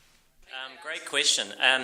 Look, we know it's going to be a really tough challenge. They're a side that's been playing extremely well, but we also know come finals time, everything sort of starts again, and it's all about the day. So for us as a team, it's very much the focus on our cricket again. We've played some good cricket throughout. We've had a couple of narrow losses and a few wins along the way, which have put us in this position where we're in. So we're excited at the challenge ahead.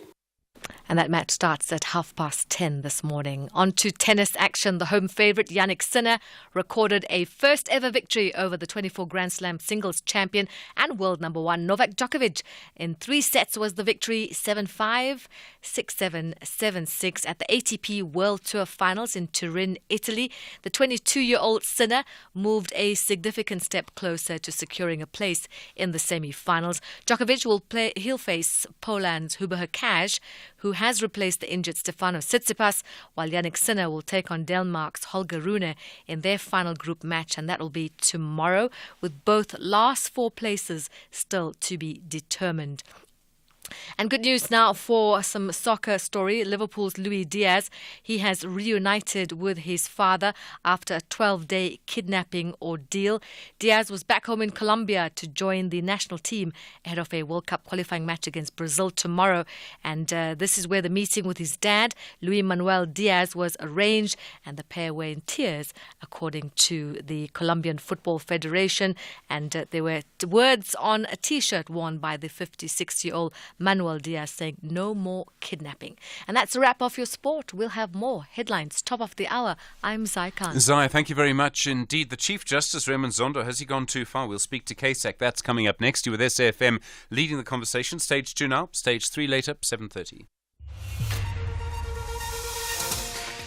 Thank you, Stephen. In your headlines, Public Protector Advocate Koleka Kalega says the high number of court judgments against her office has seriously affected its operations. She says one of the office's mistakes in the past few years is the failure to take seriously the court judgments, especially the ones that included remedial action. The National Union of Mine Workers says it plans to oppose its rival union AMCU's latest move to oust it from being the majority union at Gold One Mine in Springs in the east of Johannesburg. Last week, AMCU approached the courts to seek an urgent order that a ballot be conducted to allow the workers to choose their preferred union. And President Cyril Ramaphosa has arrived in Qatar to start a two-day state visit to the Gulf region. Meanwhile, International Relations Minister Dr. Naledi Pandor has been speaking on the current war between Israel and the Palestinian militant group Hamas. I'll have details on these and other stories at 8. SAFM, guiding you through the rush hour traffic. Just a reminder, load shedding around the Rand Park Ridge area, so very busy on the western side of Joburg. Bayers Nordia out to Lifestyle or in through towards the highway in Fairland, because Fairland's also being load shed as well this morning. Malabongwe from North Riding through the highway into Straydon Park, that is backed up. That is separately traffic light fault. So what we've seen this week is very busy conditions in the central Irene area. We're seeing it again this morning. Main and Nelmapius. Nelmapius heavy coming from the R21. Main arriving from the Clayville side, very slow as well. Pretoria's N1, not as bad as you might be expecting. It's bad, it's heavy. It's the Linwood Road down to the R21, but it's not quite back as far as it can be this morning. Northern parts of KZN, a couple of issues there. Big truck crash between Matuba and Sluy holding everyone up on the N2. There's also a massive backlog of truck traffic coming out of Richards Bay, Foscor through to Alumina Alley. That's the John Ross Highway trying to get through to Mpangeni. So there's quite a backlog of traffic in that area. Durban's N3 inbound Pavilion through to Spaghetti Junction banged up. That's due to all the roadworks around the N2 and Spaghetti Junction territory. M7, Queensborough down to Bel Air and Wakesley towards the Bluff is heavy, and Higginson Highway remains heavily queued coming out of Chatsworth down towards the N2 highway. Cape Town, the N2 inbound, a breakdown at Khayelitsha earlier. Looks like it's being cleared. That traffic is starting to move through, and the N7 going north is under pressure. There's a crash at Beaufort Circle in Epping, and then you get past that and you sit in traffic reasonably heavy this morning from Goodwood through to Bosman's Dam Road. Rob Byrne, SAFM Traffic. The business update on SAFM. Ray Machlaka, good morning. Asian markets, US markets, how are they looking? Well, it is Asian markets that are recording big gains this morning. Investors are responding positively to measures introduced by China's central bank to boost the economy. China's central bank has pumped the equivalent of $200 billion into the economy, money that can be used for lending. It also kept interest rates low. So in Asian markets, Hong Kong's Hang Seng is up 2.9%, Japan's Nikkei is up 2.3%, and China's Shanghai Composite is up 0.5%. The US market finished higher yesterday, and before the US market officially opens later today, Nasdaq, Dow Jones, and S&P futures are each up 0.2%, and our market, the JSE, was up 2.5% yesterday. For a second straight day, the shares of mining companies were up. And then the Competition Commission, their forex rigging case, foreign exchange, they're back in court. Yeah, the Competition Commission's case against banks will be heard this week at the Competition Appeal Court.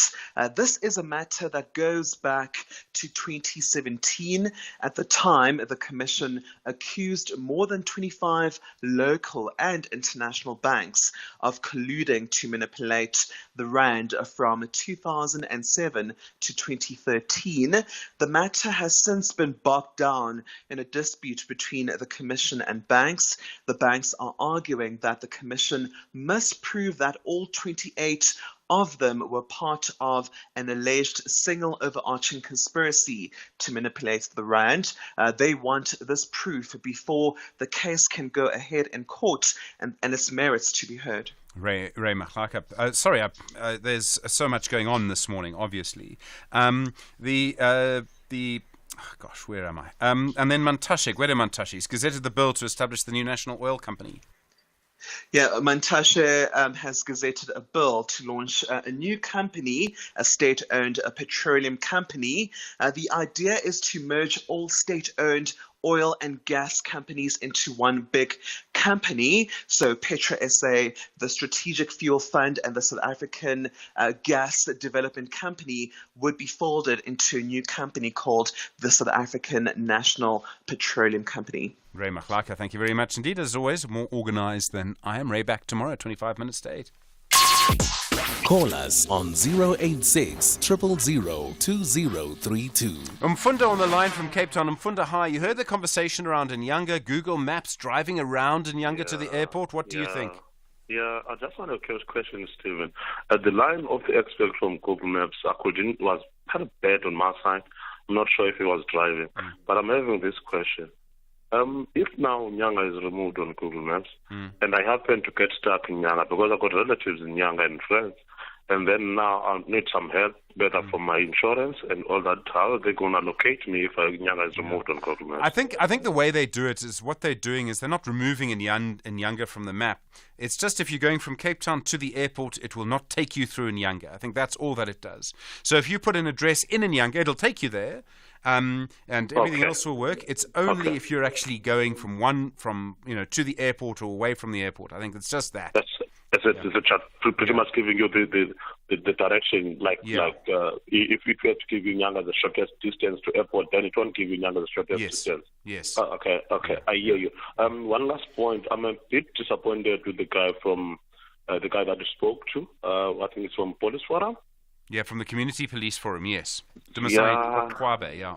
Yeah, it looks like we're accepting the fact that police are not doing their job, and we're actually now shifting the problem to another area because people of Nyanga are still going to suffer with the crime rate. So he's accepting the fact that they failed in a way. I wondered a little bit about that too, Mfundo. I think there's something in what you say. I agree with you. I think there is something around just a sort of acceptance, that we need to look at. Mfundo in Cape Town, thank you. I was worried that this would happen. Hello, Mike in Newlands. Good morning, Stephen, and I am so sorry to ruin your day, but I just had to phone in because I was so unimpressed with a lady from the ANC trying to explain to us why we had this minuscule little increase in job creation. And I think we need to just remind ourselves as South Africans how much trouble we're in. And as a personal story, I've told it before, but I'll repeat it again, is when I tried to bring a German company into South Africa that guaranteed us 200 jobs, and I think about 250 million rand euros into our country. The couple of hiccups that I had was trying to explain to the board of directors in Hamburg and Geneva as to how how economic empowerment is. They were not impressed with that. They were unimpressed with the unions. They were unimpressed with the fact that we are junk status, and now they will be unimpressed with the fact we're on the grey list. But also, it was extremely difficult to explain how they could run a business without electricity. But what absolutely finished them was when I came along and I tried to explain how expropriation without compensation is going to work. And what flummoxed them completely is the chairman of this board in Geneva and Frankfurt is a black gentleman from Texas. He thought he would be welcome here, and all he got, and so I took it to the highest office, just in case you think I just let this thing go. I got in touch into the president and spoke with Ende Jackson, the late Jackson and Tendu. And Stephen, all I got was no reply. Ultimately, what I can only conclude would be the ANC finger, and I was left to hang out to dry. All the hard work I did was gone. 200 jobs are lost and 250 million fresh euros into our country gone. So the lady from the ANC has really got to rethink the strategy of the ANC and not come onto the radio and make all these vague promises. I mean, we've got as much jobs creating more jobs as Cyril Ramaphosa has, honouring his promise to eradicate pit toilets. Thanks, Stephen. Mike Newlands, as always, thank you. 21 minutes to 8 in a moment. Dan Mafora from KSAC. The Proteas are highly inspired to book their first ticket to the one-day International Cricket World Cup final. However, they must first bring down five-time champs Australia. The Aussies insist on having a great day at Eden Gardens. Who will advance to the ODI Cricket World Cup final? Witness the incredible game, South Africa versus Australia, this Thursday, 16 November at 10 a.m. Live on S3, also available on SABC Plus and SABCSport.com. Subscription fees do not apply. SABC Sport is the official broadcaster of the ICC Men's ODI Cricket World Cup India 2023. Hashtag the journey of the ultimate glory.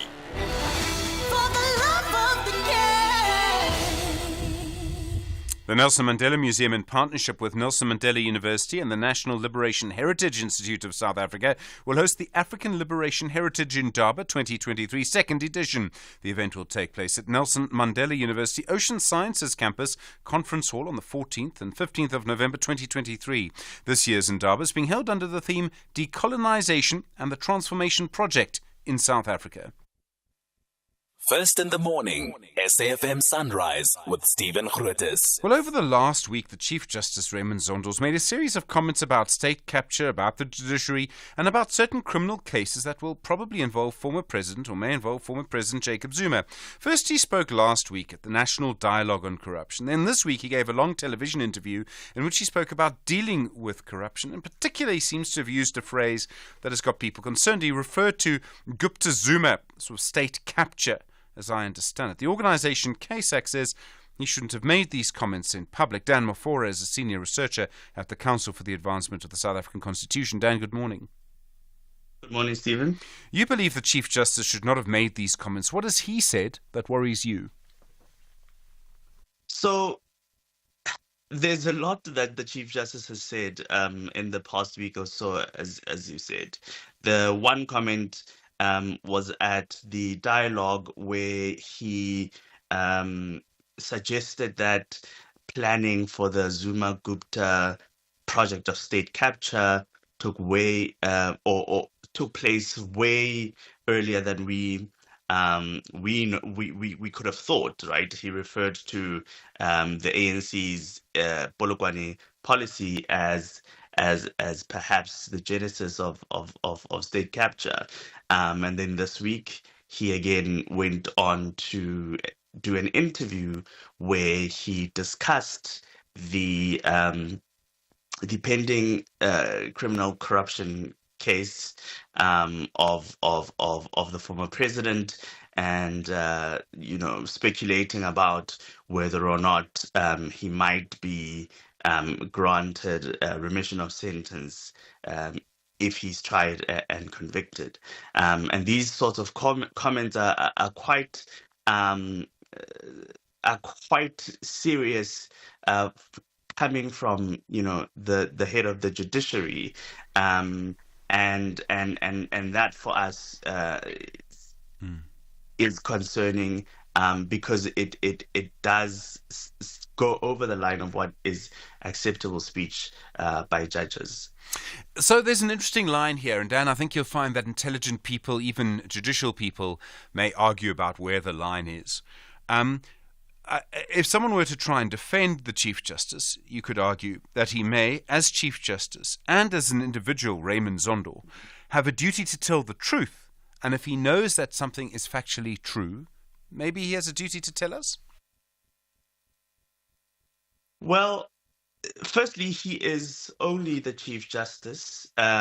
He is only speaking as the Chief Justice. And the question of truth, I think we might have to, that will be contested. I mean, some of the things that he said were just clearly speculation and not based on any real fact, or at least any real publicly available information. And that itself is concerning, because if this is information that he has received in his capacity as a judicial officer, that too puts like a limit on what he can express in public. And so I don't think that's a strong enough defense of the Chief Justice, given what the Code of Judicial Conduct requires.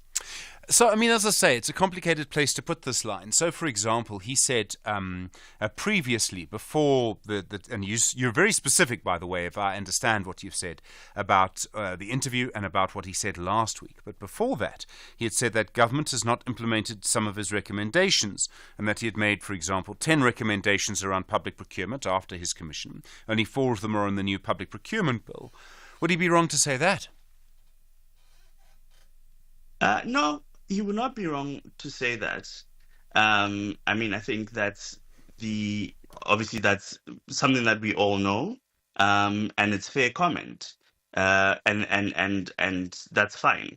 But I'm just saying that when taken as a whole, because obviously, and specifically with this interview, it goes on for 40 minutes and so much is said. Some of it is fine and relevant, right? And then the rest isn't. And what we're saying is, where the Chief Justice has public engagement, he must exercise restraint and answer the questions or address the points that he can, both as allowed by the Judicial Code of Ethics and by his own sense of what is proper for a judge to speak about in public. I wonder, Dan, moving away slightly from your criticism of the Chief Justice here, if there's something going on here. So, I mean, it was about maybe a month ago, 6 weeks ago, that the Chief Justice spoke in public about how the State Attorney's Office had not properly funded lawyers to oppose people challenging the findings of his State Capture Commission. We've got that. We've got the recommendations on state public procurement that are not in the bill. I wonder if a sense of frustration has just overcome him. I'm not saying he's correct to express that frustration. I mean, maybe most of us, having watched the Commission, might find it completely easy to understand, but there may just be a sense of frustration that's become overwhelming. That's quite correct. We as CASAC also work on stage capture and have actually recently had a conference with Perry where we are tracking the implementation of these reforms and trying to find ways of pushing government to act faster, to commit to certain milestones in the implementation of these recommendations. However, the Chief Justice was the chair of the commission. The commission no longer exists. The commission was never going to issue binding recommendations, and so the sense of frustration that the Chief Justice is feeling, even though it might be acceptable, is based on, or he at least should have understood from and I'm sure he did, from inception, that this is what was likely to happen. And that is why civil society has taken up that role of pushing advocacy, litigation, what have you, trying to get these recommendations implemented. But that is not the job of the Chief Justice. The job of the Chief Justice is to lead the judiciary. His time as the chair of the commission has passed, and to the extent that he feels frustrated, that is perfectly fine. But to then wade into other controversy that is not directly related to those specific issues that arose, with the administration of the commission is ill-advised. Dan Mafora, thank you. Senior Researcher at the Council for the Advancement of the South African Constitution.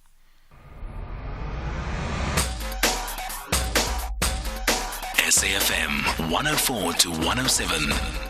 Nationwide. Well, we've seen all of these reports about school children falling ill after buying certain snacks from Spaza shops. We've had big conversations, we had a mediated conversation about it. But we've also seen communities, in some cases politicians, conducting what they call inspections or raids on Spaza shops, often on Spaza shops run by foreign nationals. Dr. Dale McKindley is an activist at Kopanang Africa Against Xenophobia. Dr. McKindley, good morning. You seem to be very Good morning, Stephen. You seem to be very worried about what is happening here. What are you concerned about? Where do you believe this could end? Well, we're concerned because what is obvious is that certain elements within certain communities, some politicians are whipping up emotions and fears, and they're legitimate fears that people have because of what's happened, as you mentioned, these children and these food issues. But instead of basically saying, okay, well, let's go to the authorities and let's get our Department of Food Administration and let's do the inspections and let's do it properly, as we should, what's happening is that people are taking the law into their own hands. And when that happens, we see previously, when it involves foreign nationals and the sort of xenophobic element comes into it, it can devolve very, very quickly into illegal activities, criminal activities, and violence that then destroys property, destroys lives. And that's what we're concerned about. Do you think that this has been driven by politics in a way? Is someone trying to take advantage of this? Absolutely. I mean, if you look, all we have to do is just take a quick look at the last year and a half of utterances by certain politicians. We can see it in Action SA, we can see it in the Patriotic Alliance, and we can see it within certain elements within the ANC, where elections are coming up. They see an opportunity to get people on their side. And then one of the easiest things to do, as we've seen in Europe and in the United States, is to exploit the fears and the divisions within society, and particularly in townships and poor communities where people are quite materially desperate.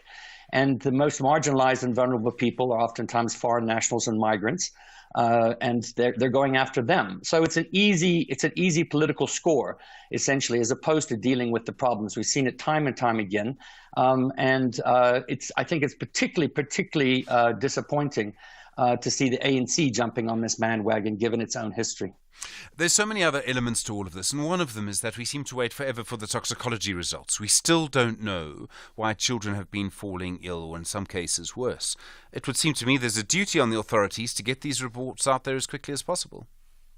Absolutely. I mean, it's similar to, having when someone, there's a crime and you take someone for a post-mortem and you want a forensic pathology to look at causes, and it delays and delays, and the family has no answers to what happened. And this is the same situation. We've seen it with the tavern shootings, with the other issues that have come up in regards to this food issues. And the foreign owners are basically now of some of these spaza shops are getting blamed and getting all tarred with the same brush. And this speaks to a crisis within our regulatory authorities. We have a situation where the state has been run down to such an extent that we hardly have any teams that can go out, not only to inspect spaza shops, but let's be honest, the EFF was at least correct in this respect. Inspect proper, grocery stores. We all know that there's expired foods being sold by certain grocery stores. It's happened, and let's be equal across the board. Don't punish the small guy all the time, but go after everybody. But we don't have the capacity in the state to do this. And we haven't heard anything from the state saying, this is what we're going to do, this is our plan. Instead, it's blame the migrants, and that whips up more of a frenzy in the public mind. And that's a wrong way to go about it. It's playing a dangerous game, and that's why we're concerned. Dr. Dale McKinley, thank you. Activist at Kopanang, Africa Against Xenophobia. 7 minutes now to 8. SAFM, guiding you through the rush hour traffic.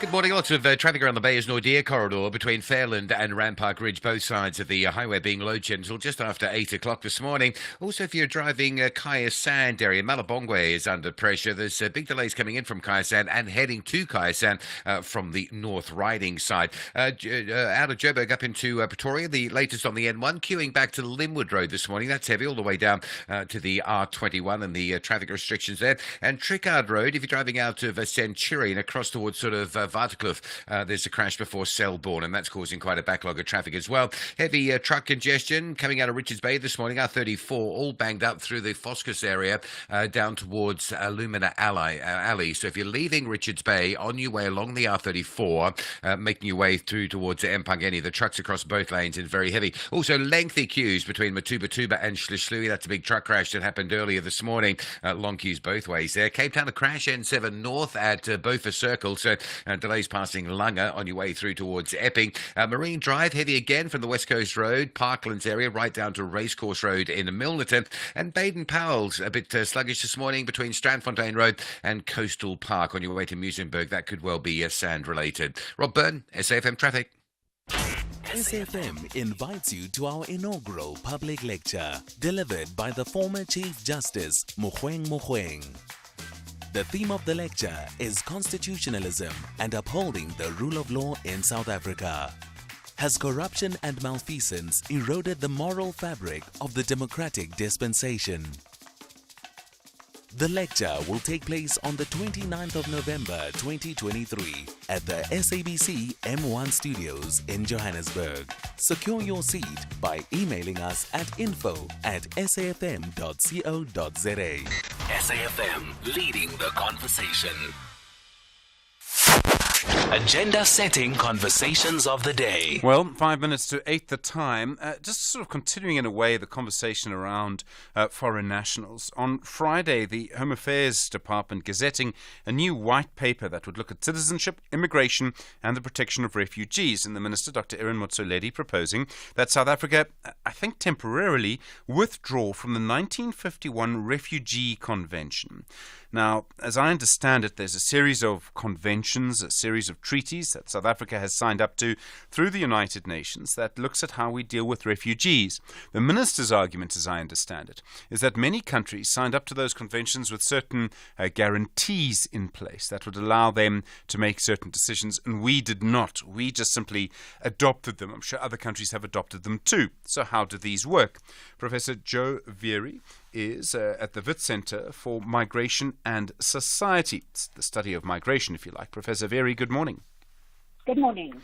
The Refugee Convention of 1951, and I presume it was coming after the Second World War. There'd been a huge movement of people. There were refugees in many countries. What does it actually do? What does a country that belongs to it have to do? So the UN Convention is an incredibly important piece of guiding legislation at the international level, which assures the right to individuals to seek asylum. So people who are fleeing persecution in various forms are awarded the right to apply for asylum in a safe country.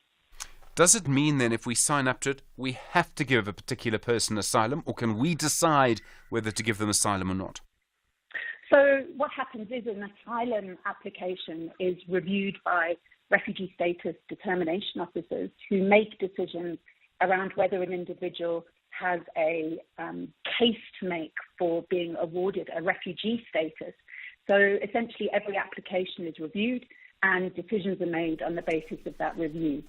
We have a very large backlog of asylum seeker applications.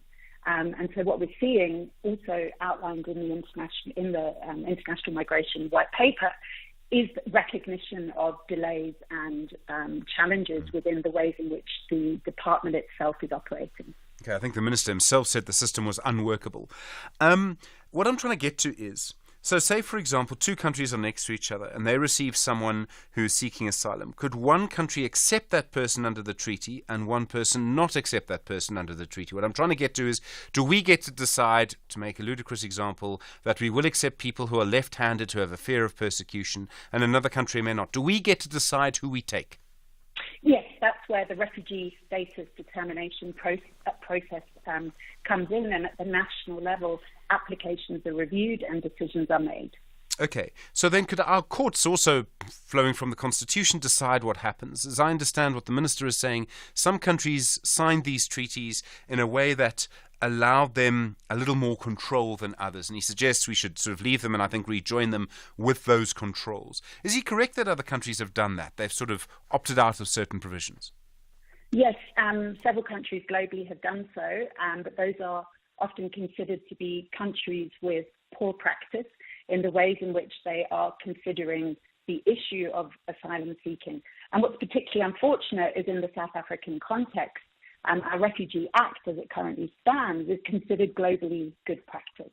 And it's unfortunate that we're thinking about changing that, particularly because the numbers of people who are seeking asylum, the numbers of people who are in the country with refugee status are far lower than many people think.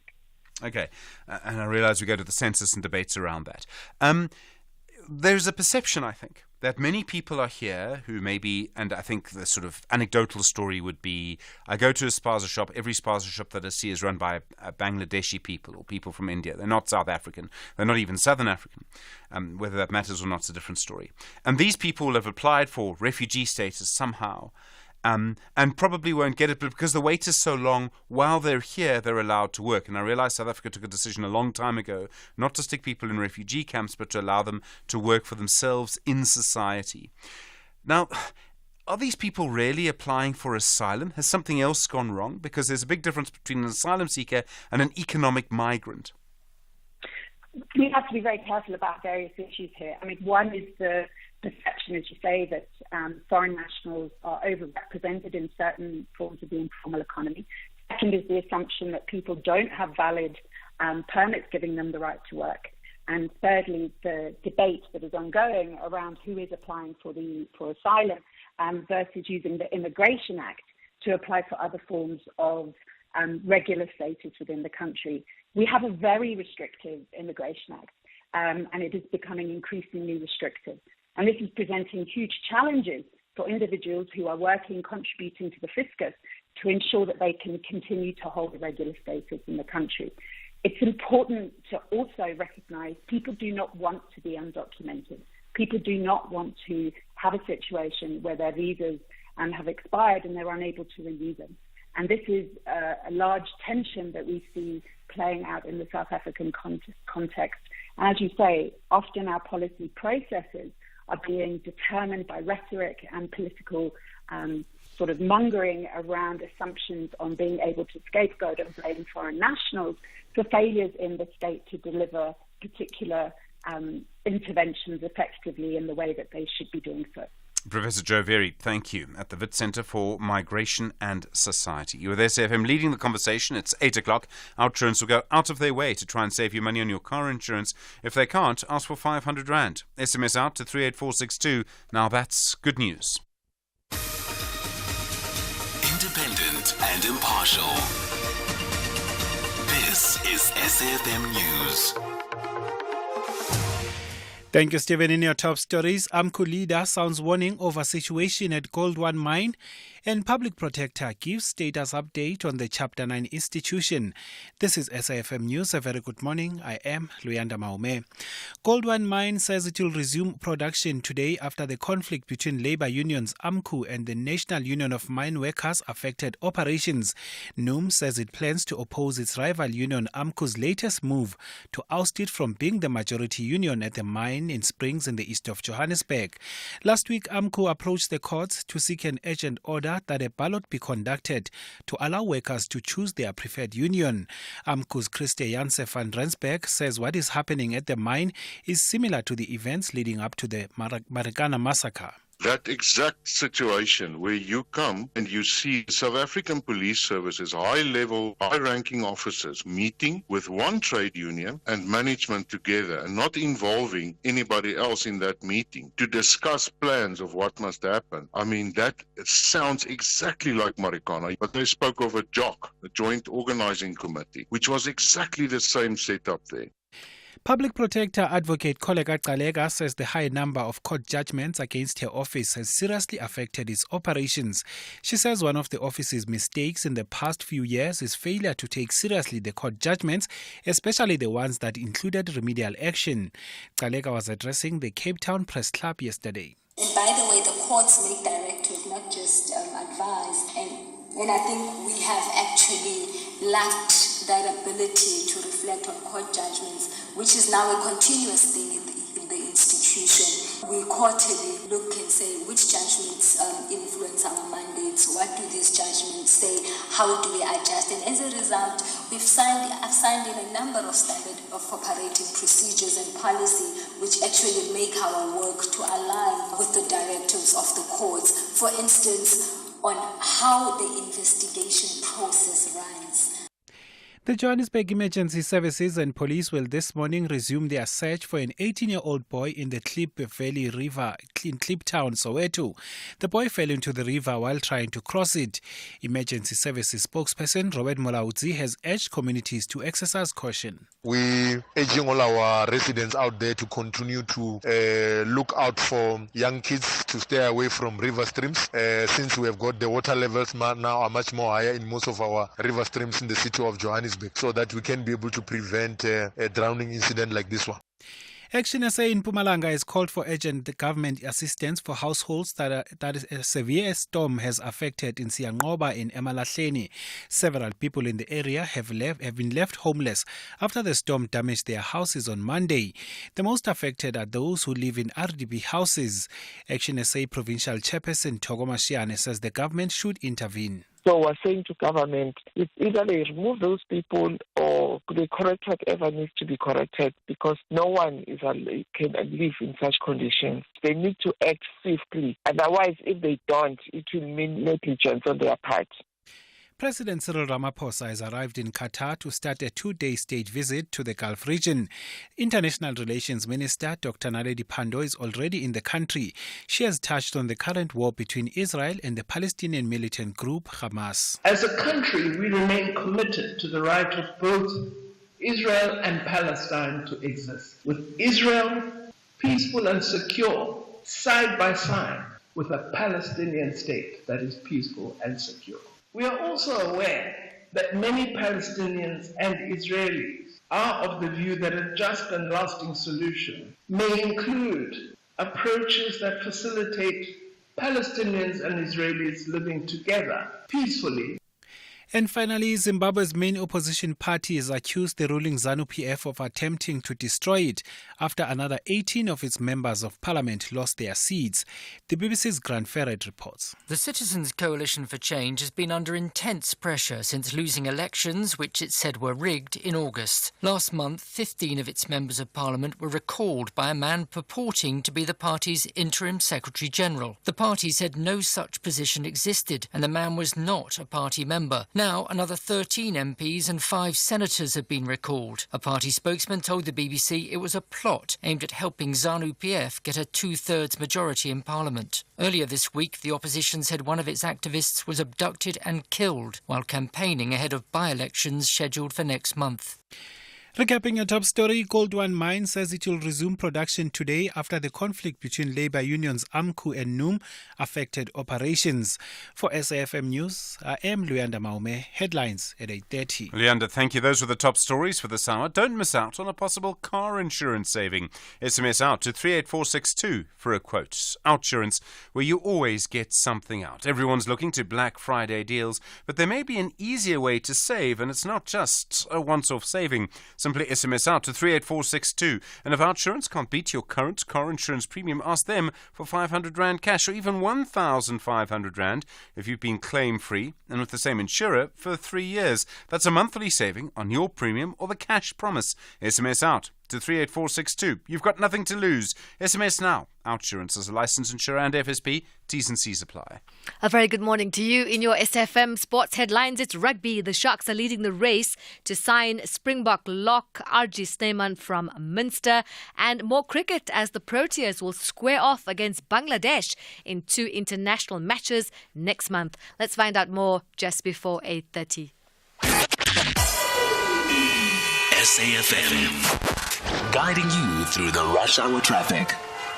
Good morning. Bit of traffic on the M2 coming into Joburg this morning from Benrose through towards the Crown interchange. Also on your way to Sandton, Ballyclare is looking busy as you come through Morningside. Also, William Mandela from sort of Peter Place territory down through Hurlingham for a turn into Sandton Drive. Some backlogging going on there as well. Durban, just generally very busy in the central area. The N2's all clogged up both ways, northbound from the M7 through Spaghetti, southbound from Umgena Road. The N3 is the big story for Durban traffic this morning. It stays heavy from Paradise Valley, Pinetown, M13 area, all the way through into 4 level. There's also been a crash on the M7 going towards the Bluff, just by Bel Air and Wakesley, in amongst the sort of roadworks there. That's heavy from as far back as the Queensborough side. And there's also been a collision between the Gateway and Kwamashu exit, so the N2 south into Durban stays busy as well. Cape Town, a lot of pressure on the N1 from Belleville through towards the Coburg interchange area, and Marine Drive staying solid from the Bayside Junction through to Racecourse Road in Milnerton. Rob Byrne, SAFM Traffic. SAFM Sunrise. A vivid start to your day. 9 after 8, good morning. You're with SFM Sunrise. I'm Stephen Grootes. Lots to come. We'll hear from Eunice talking about tomorrow's cricket in just a moment. We'll talk about journalists and jobs, but scary, and also look at how UNISA is doing. A mediated conversation coming up in the next little while. Car power ships, you heard that long interview yesterday. I don't know what you thought about car power ships and, whether you sort of believe they're offering, whether you think they're doing the right thing. We thought it might be helpful to just sort of look at some of the technical stuff that was said. A very technical interview in a way, but the Global Chief Commercial Officer for Car Power Ships, Zeynep Haraze Yilmaz, on your radio yesterday, we sort of look at that. Is car power ships the right sort of option for South Africa? Big conversations to come. Kathy after 9 o'clock. It's 9 after 8. Gautrain is for the legends who make moves to save and pay from as little as 35 Rand from Hatfield to Centurion. Is for Ikoko, who steady chill on neutral on a downhill just to save fuel.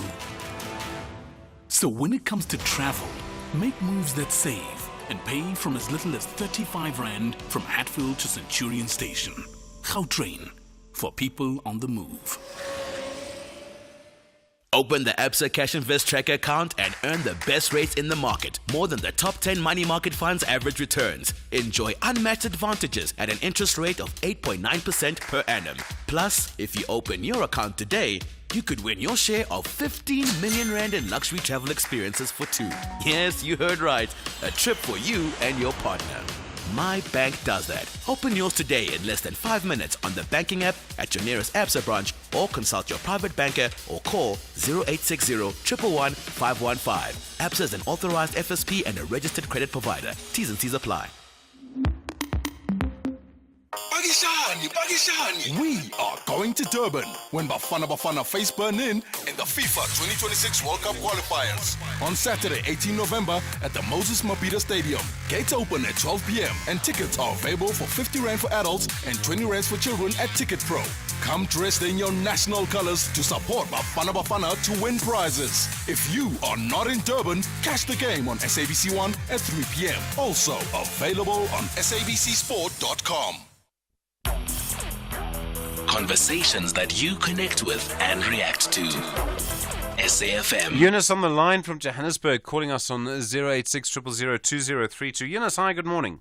Yeah, hi there, Stephen. Stephen, all eyes are tomorrow in India, and I truly hope the Proteas pull it off there. It's a big semi-final. Australia is a huge team to beat. Yeah, well, anything can happen. 50 overs, anything can happen. But there seems to be another storm brewing on this side of the world here, Stephen. Oh, yeah? The under-19 Protea squad is led by one David Teager. David Teager is a head boy of KES, that's the King Edward School. Yeah, I went to that school, Eunice, yeah. Yes, he's the captain of the Gauteng Lions, and they're due to leave in December for the under-19 World Cup tournament in Sri Lanka. Yeah. He's a very religious boy, no problem with all of the above even. Now comes the thing. A few weeks ago, Absa Jewish Award ceremony was held, and the Rising Star Award went to David Teager. Yeah. Do you know what was his comment, Stephen? I don't. He's 19, though. So, yeah. He dedicates this award to the state of Israel and to the young soldiers in the Israeli Defense Force. Yeah, that is going to be an issue, yeah. Now, can a person making such statements represent our country? That is my bone of contention. Imagine tomorrow if Themba Bavuma has to stand up and says, listen, I support Boko Haram. Yeah. I mean, sure. Really? So yeah. I think you need to bring in Muhammad Musa. I wasn't aware that he said that. Yes. I mean, we'll have to look at it. I must say, this is one of the things that I think we need to be careful of when you're talking about 19-year-olds, I think we need to be quite careful, yeah. He's the head boy of KES school there. You need to bring in Muhammad Musaji, who is the head of the Lions, Gauteng Lions, and Lawson Naidu regularly comes on your show. He's the head of Cricket South Africa. Yeah. What are they going to do regarding this? My personal view is he should be stripped of his captaincy, and a public statement should be made by the Gauteng Lions and by Cricket South Africa. Such a person, in my opinion, cannot represent our country. I'm sorry. All right, Eunice, thank you. Interesting. I must say I was not aware of those comments. I'd need to just check that is in fact what was said. Loyiso in the Eastern Cape on car power ships. Hi. Hello, how are you? I'm well. Go for it. All right. I think I need to just point out, make an example on the past nuclear deal. The nuclear deal was very expensive. Yeah. The civil society was up in arms against it. The cost in retrospect, Yeah.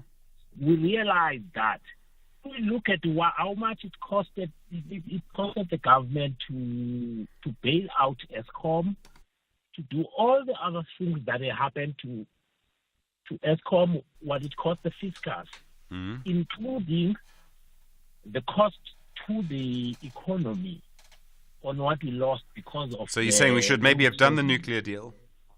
Yes, obviously. It was gonna be about 3 times cheaper. Yeah. Except that we wouldn't have the power yet, Loyiso, because it takes 10 years to build a nuclear power station. So we still wouldn't have the electricity.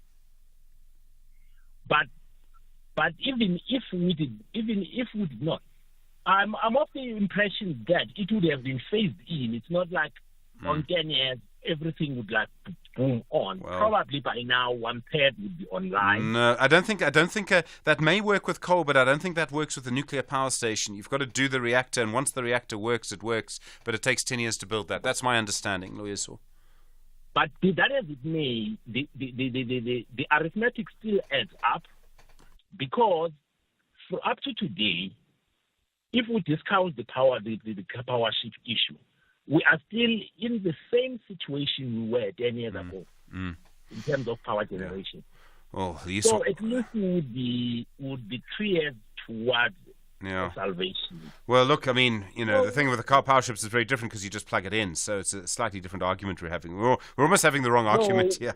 The point I'm bringing with the car power ship is that sometimes the short-termism we use in terms of determining the cost to us is what kills us. So we should be wary of doing the same mistake of looking at the short-term cost at the expense of long-term plans. In fact, this clearly shows that we are a country that does not have long-term plans. Yeah, well, that Loyiso, I'm afraid I have to agree with you. Thank you. While Loyiso has been talking, I've come across a report from the Jewish Report online, SAJR, the South African Jewish Report.co.za, that does in fact confirm what Eunice said. So, Eunice, sorry to just feel the need to check, but I thought that I should, where David Teager, who's 18, it says here, did accept an award as the inaugural Rising Star of the ABSA Jewish Achiever Awards, and then dedicated it to the young soldiers fighting for Israel. So that I can confirm, then I can verify that is the report from that publication around what he said. I must say, for me, I'm always very wary of very young people, and I would say 18, 19 is very young, commenting about things like this and sort of being held to them. But on the other hand, if you're 18, you're 18. Korti and Polokwane, hi. Hi, Stephen. How are you? Yeah, I'm well. Go for it. I'm okay. Stephen, I just want to comment or find out about this. There was a video doing the rounds of the pro-Palestinians attacking the people praying and the police. Where was this? I've seen it on our WhatsApp group. No, I mean, is the video a South African video or was it somewhere else? It's South African video. Can you see the sea in the background? Was it the Sea Point incident on Sunday? No, it's not clear. It's not clear. Yeah, it's just a clip. It is on the social media. All right. So I'm worried about it, that if that thing is happening in our country, when the Palestinians are taking people praying, are we not going to be attacked in our churches at one time? and the government is doing nothing. The government is doing nothing. Well, Koti, On the same note, I wouldn't worry about that. I don't think Stephen, that's going to happen. I think, again, I think you're right to be careful about the clips. On you the see. same note, Stephen, I'm looking at the way South Africa is handling this thing. South African government seem to be on the one-sided of the issue, pro-Palestine, and which is really making a wary of our well-being of South Africans.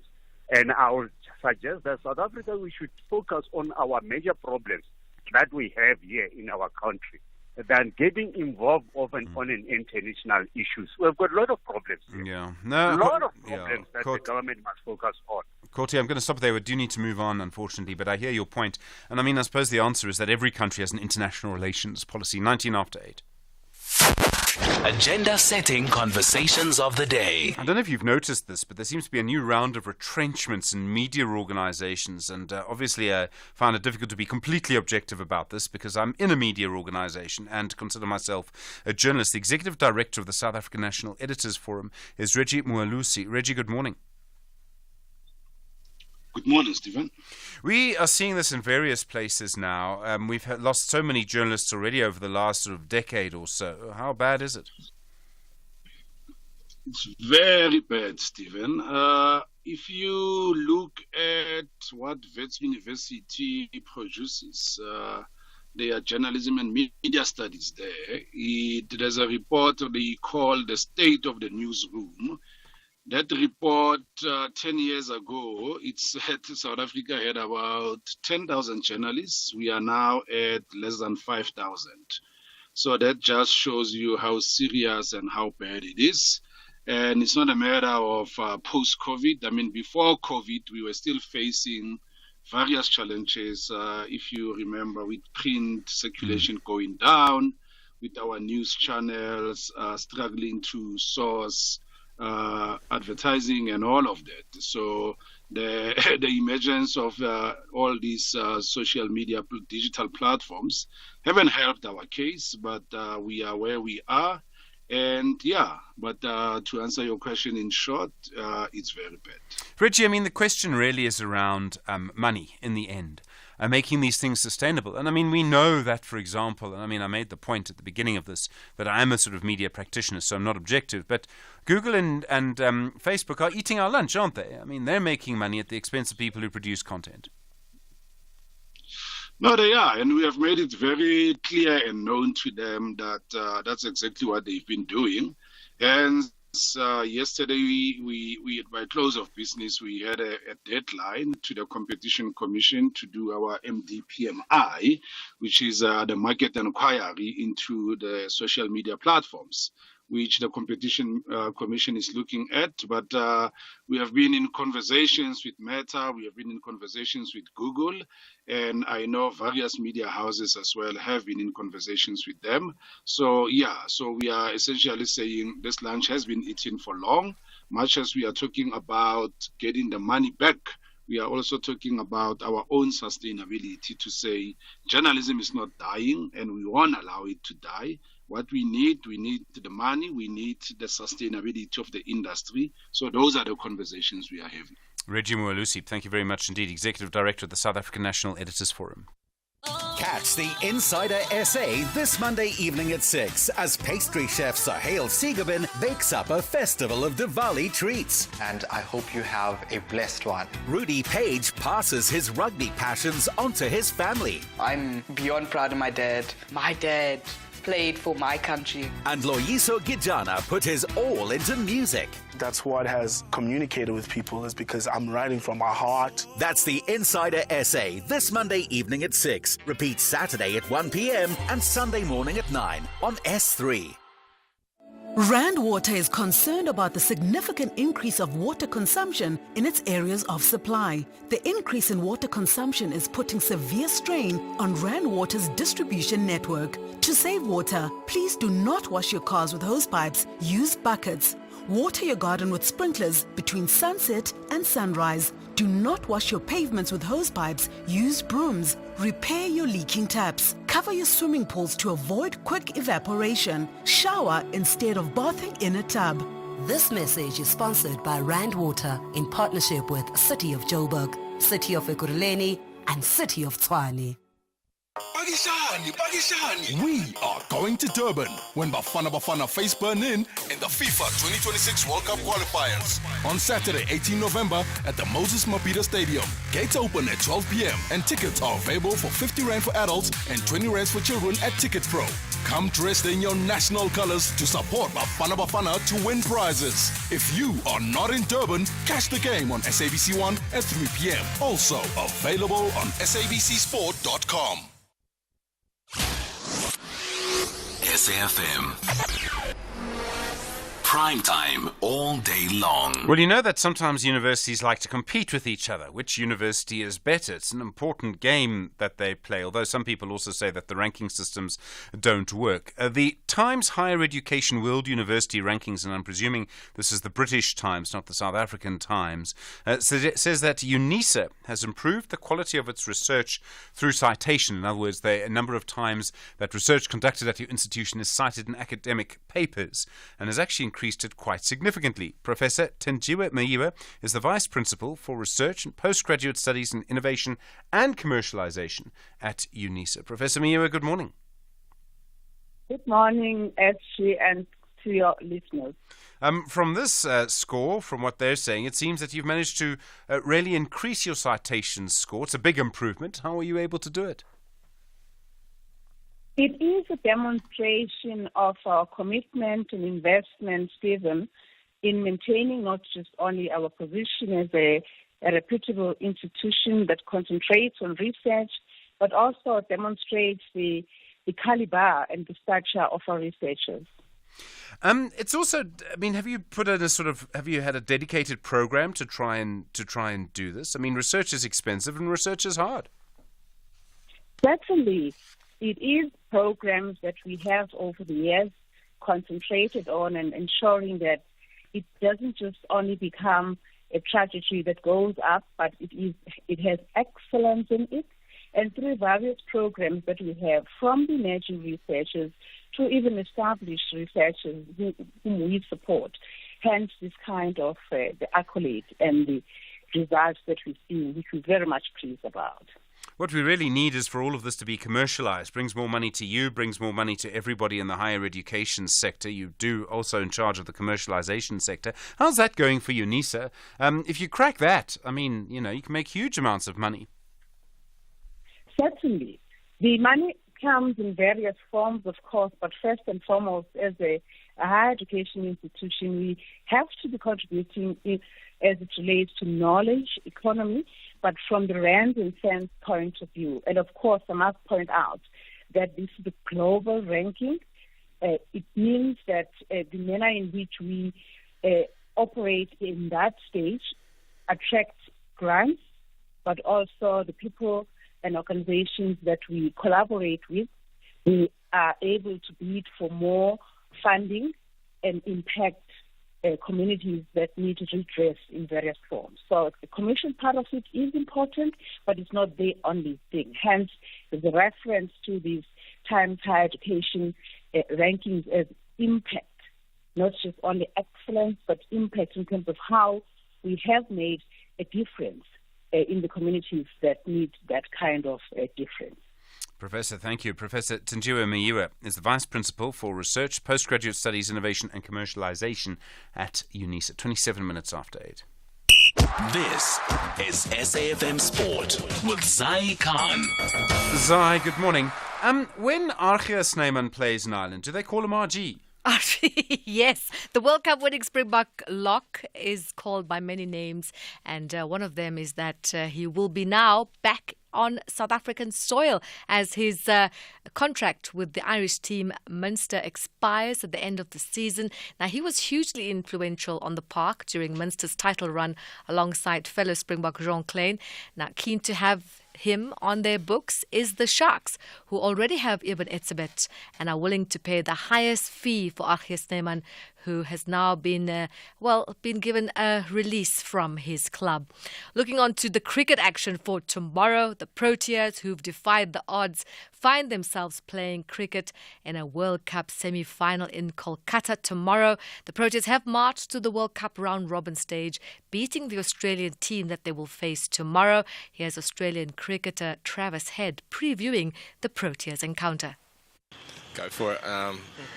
Look, they've got a very good bowling attack, so I think he's taken the most wickets for them, but has missed a couple of games. So it'd be interesting to see what kind of makeup they go with. But no, I don't think that will be in their mind. I think they'll back their skill set over mine. I think they're a pretty confident bowling attack. They're a very skillful bowling attack, so I don't think I'll be targeted any certain way. I think they'll think that their skill set's good enough to get me out. So, and I'll back my skill set against theirs. So it'll be a good battle, and we'll see how we go. Cricket action today will see New Zealand taking on India, with New Zealand captain Kane Williamson saying that they have no qualms about being accepted as the underdogs, as India are the only team to reach the knockout stage without losing a single match.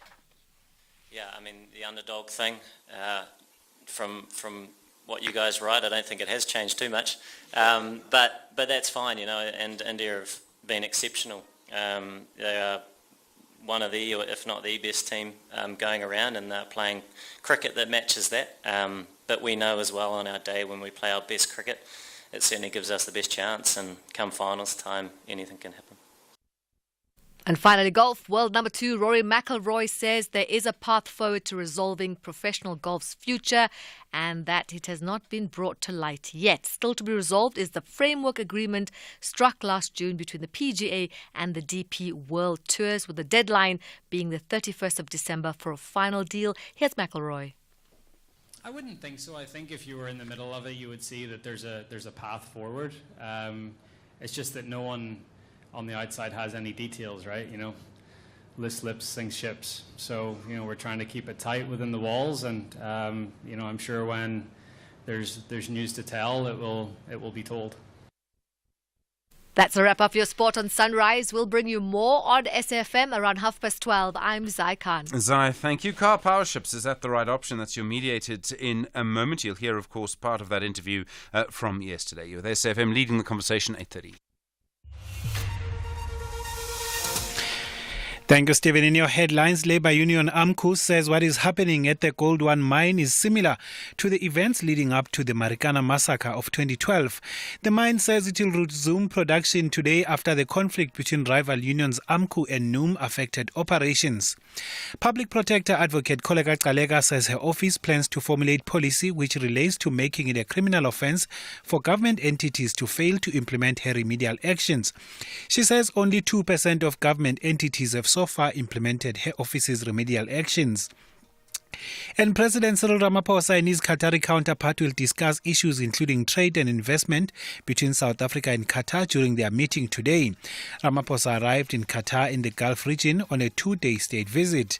I'll have details on these and other stories at 9. SAFM, guiding you through the rush hour traffic. Bayers Nordia Drive remains heavy this morning from Rampark Ridge across the highway into Fairland. Both areas were affected with earlier load shedding. It has left a big delay if you crest the bound. Winnie Mandela onto Santon Drive for returning to Parkmore. That's heavy on your way in towards Santon. Another crash on the N14, the Krugersdorp Highway. Happens often during AM peak on your way to Pretoria.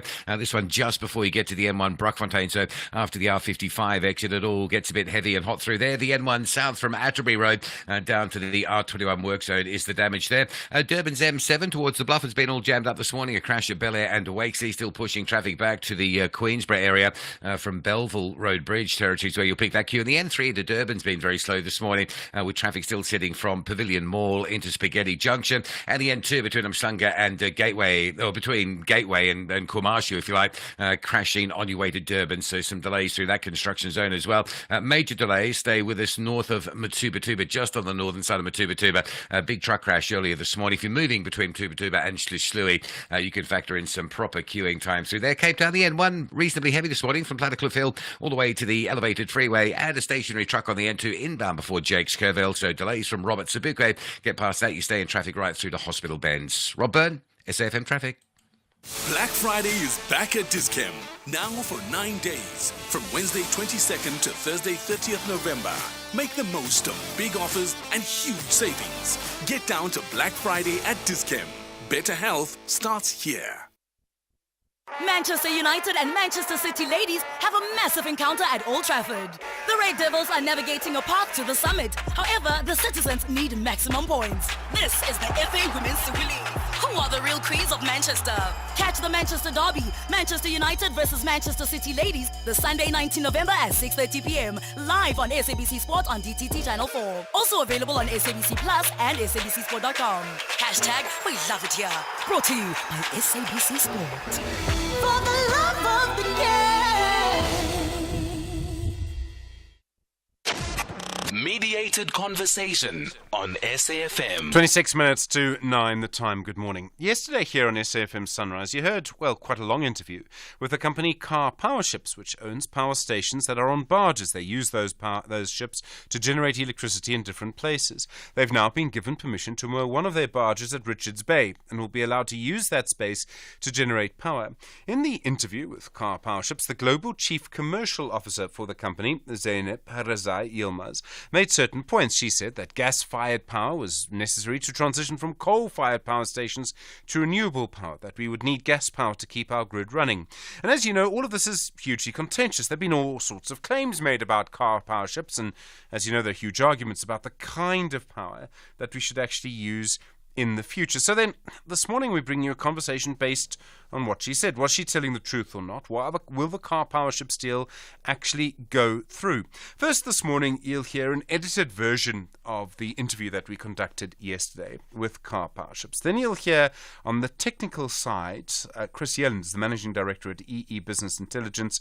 And finally, the environmental issues. And you know, of course, that this has been a big issue with these ships. We'll hear from Green Connection Strategic Lead Liz McDade. I must just point out at the start that the full interview we did with Car Power Ships yesterday was around 21 minutes. You'll hear around 8.5 minutes of that now. The full version is, of course, available for you still as a podcast on our website. We start then with the conversation with Zeynep Harazai Yilmaz, the Chief Global Commercial Officer for Car Power Ships. I asked her, after Richards Bay site had been granted permission for them to use that site, when did she think they'll be producing power onto the grid? So we have recently received our environmental application for Richards Bay, which means we're going to sign our power purchase agreement with the IPP office in the upcoming weeks, and then achieve financial close by the end of the year, and hopefully before the end of next year, so within 2024, we'll be able to deliver low-cost, reliable, and cleaner electricity in Richards Bay.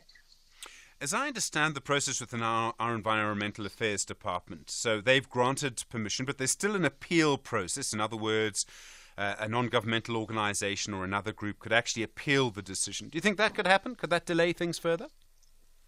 That could definitely happen, and we would welcome it, because I think South Africa has a very strong green lobby, and it's wonderful for a country to have such a strong green lobby to put corporations in the right direction.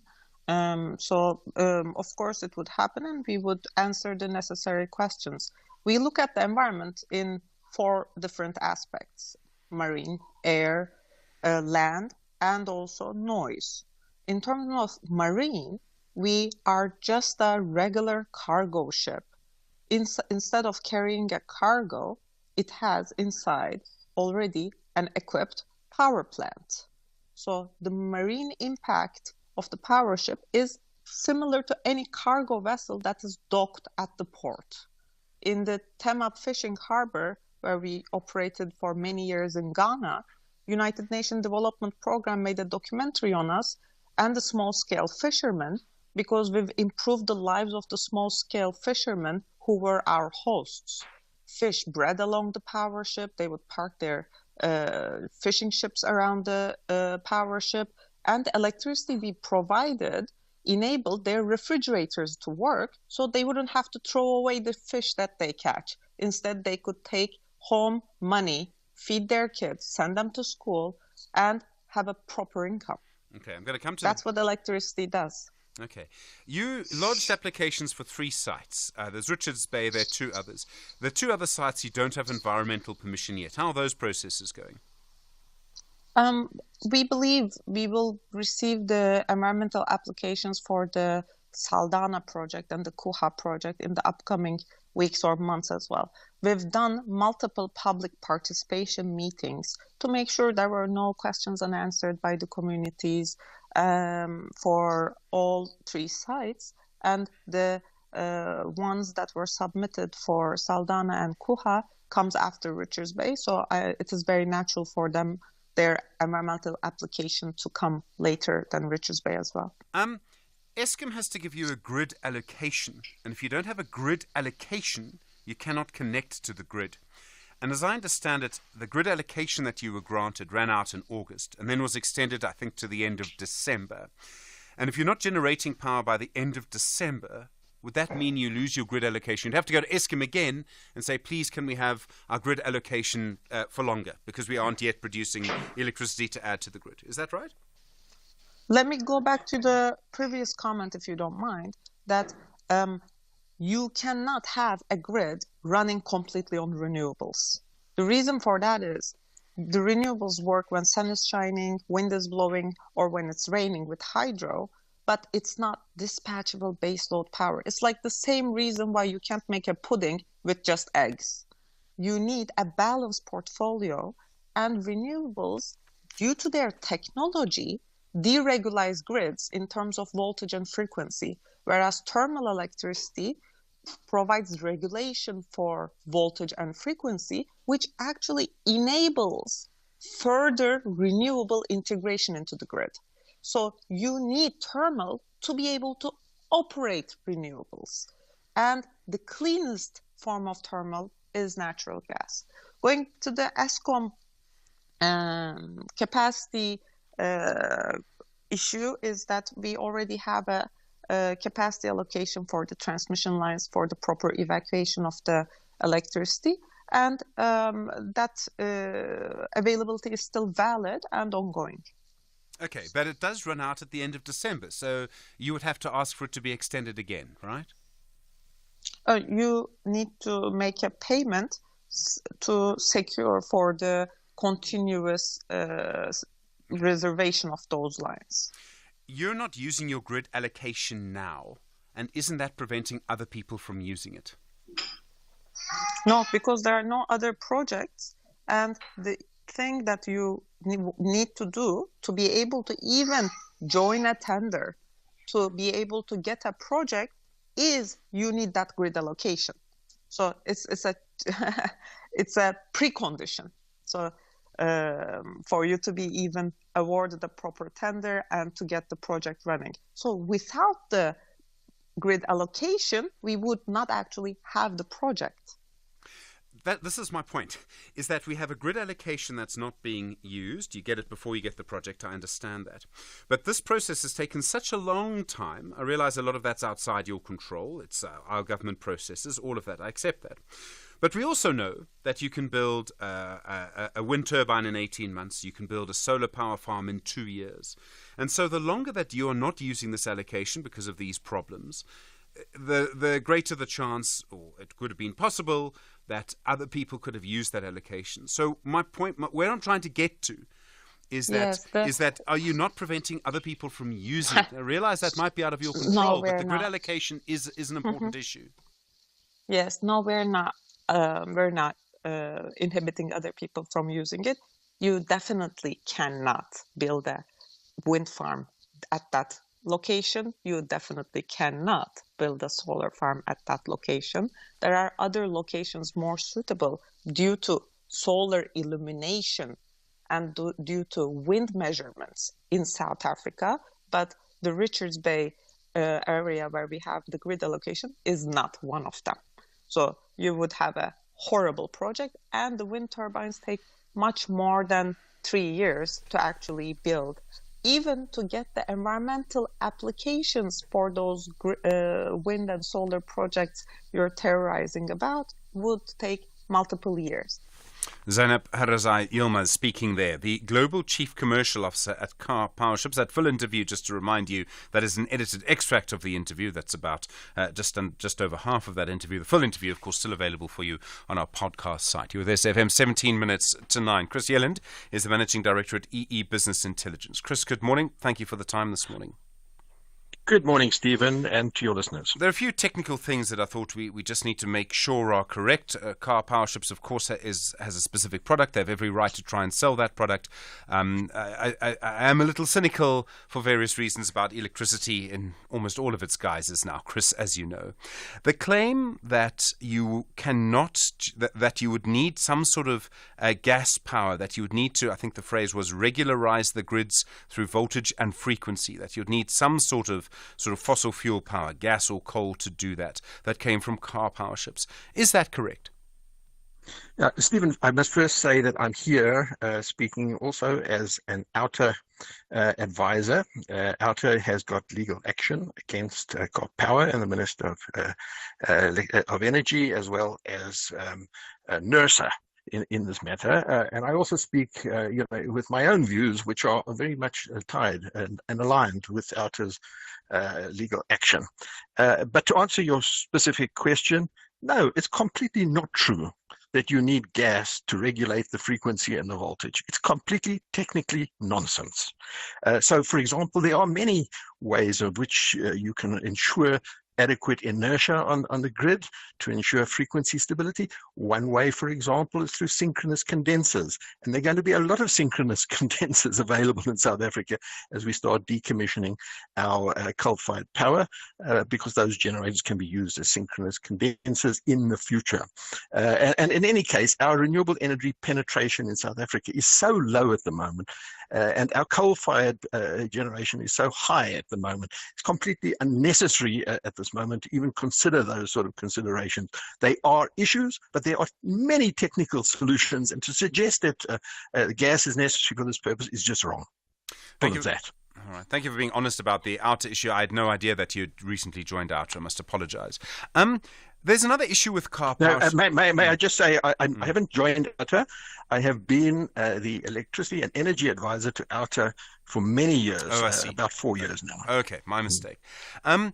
Then the claim that we can't build wind or solar capacity quickly. And I realize there are probably two aspects here. The one is getting permission to do it and the financial paperwork, and the other is the construction. There might be two different issues and it's easy to conflate them. Is it true that we can't build wind or solar capacity quickly? No, that's complete nonsense. You know that as part of this risk mitigation IPP program, the projects that have actually been awarded are the SCATEC projects, which are solar and battery energy storage. And there are other projects that are renewable energy plus battery energy storage. These can be delivered far quicker. I mean, those projects are almost ready for delivery. The Car Powership they haven't even financially closed, let alone done all the other work that is necessary. The other project, Steam Ahead, it's well known that solar PV projects and wind projects can be delivered much quicker than gas to power or coal-fired or nuclear projects. The issue around a grid allocation, is that important? She's very clear that Car Powerships is not stopping anyone else from using that allocation. I'm not an expert in this area, as you know. Is the grid allocation an issue when it comes to the proposed Car Powerships contract? Well, I think it is an issue. That grid connection has been reserved for Car Powership for 3 years, and they haven't even yet got their BEE sorted out, their port authorization sorted out, and on two of the projects, the environmental authorization sorted out. So in all this time, they are delaying grid access. The question as to whether there are other projects around that could fill it, I don't know the answer, but I have no doubt there are several. Within all of this, there's another issue which I wasn't able to tackle with Car Powerships yesterday, which is around the source of gas. And we don't have a big sort of source of gas in South Africa, the actual gas that would be used here. How big an issue is that? It's a huge issue. The fuel is 100% imported. And what this means it is subject to the variations and vagaries of the United States US dollar price of LNG, which is a fluctuating cost depending on the market, depending on the Ukraine war and many other issues. And it's also dependent on the rate of exchange with the rand dollar. This means that the fuel, the 100% imported fuel, is out of control in terms of its cost. It's not under our control. And it really begs the question. I mean, I want to just state that Outer opposed these projects and has instituted legal action on a number of grounds. And one of them is the cost and the lack of transparency around the cost. And I'm amazed that Car Powership are so coy, and NERSA is so coy, and DMRE is so coy about telling us what would be the price per kilowatt hour based on today's conditions if we would start generating today based on today's rate of exchange, as well as on the US dollar price of LNG today, and what would it be for the next 20 years. They're very coy about this. I mean, you also heard on the interview yesterday, they've given the IPP office an option for an early termination of 10 years or 5 years, etc. But they never tell you the price. You know, all the other prices of the other bidders are disclosed, but the price of Car Power for their early termination and even their 20-year price based on today's conditions is completely opaque. And this is one of the major grounds at which Outer is opposing this. There are other grounds, for example, on carbon dioxide emissions and climate change, lack of transparency, environmental issues, and the lack of a power purchase agreement, the fact that they don't have environmental authorization, or they didn't when they were given a generation license. It was like putting the cart before the horse. They gave a generation license, which should be the last thing, that when you've got all your ducks in a line, you get a generation license. They gave them the generation license first before any of the ducks were in line. And we've had a 3-year delay and they still haven't got their ducks in the line. Chris Yellen, thank you very much indeed. Managing Director at EE Business Intelligence, also an advisor to Outer. In a moment, we'll continue a mediated conversation around car powerships with Liz McDade from Green Connection. SAFM, guiding you through the rush hour traffic. Good morning. The latest on the N1. We like to keep you up to date, fully appraised with what's happening there around Pretoria, because it is such a problem these days with the closures at the R21. The current queue back at Gasfontein Road, which is a lot heavier than you would normally expect at this time of morning. Crash on the R24, just, it's the N12 going out towards the R24 split, just east of Galuli. So pressure there if you're heading out towards the airport from Galuli. So it all gets a bit slow until you get the Edenvale split off.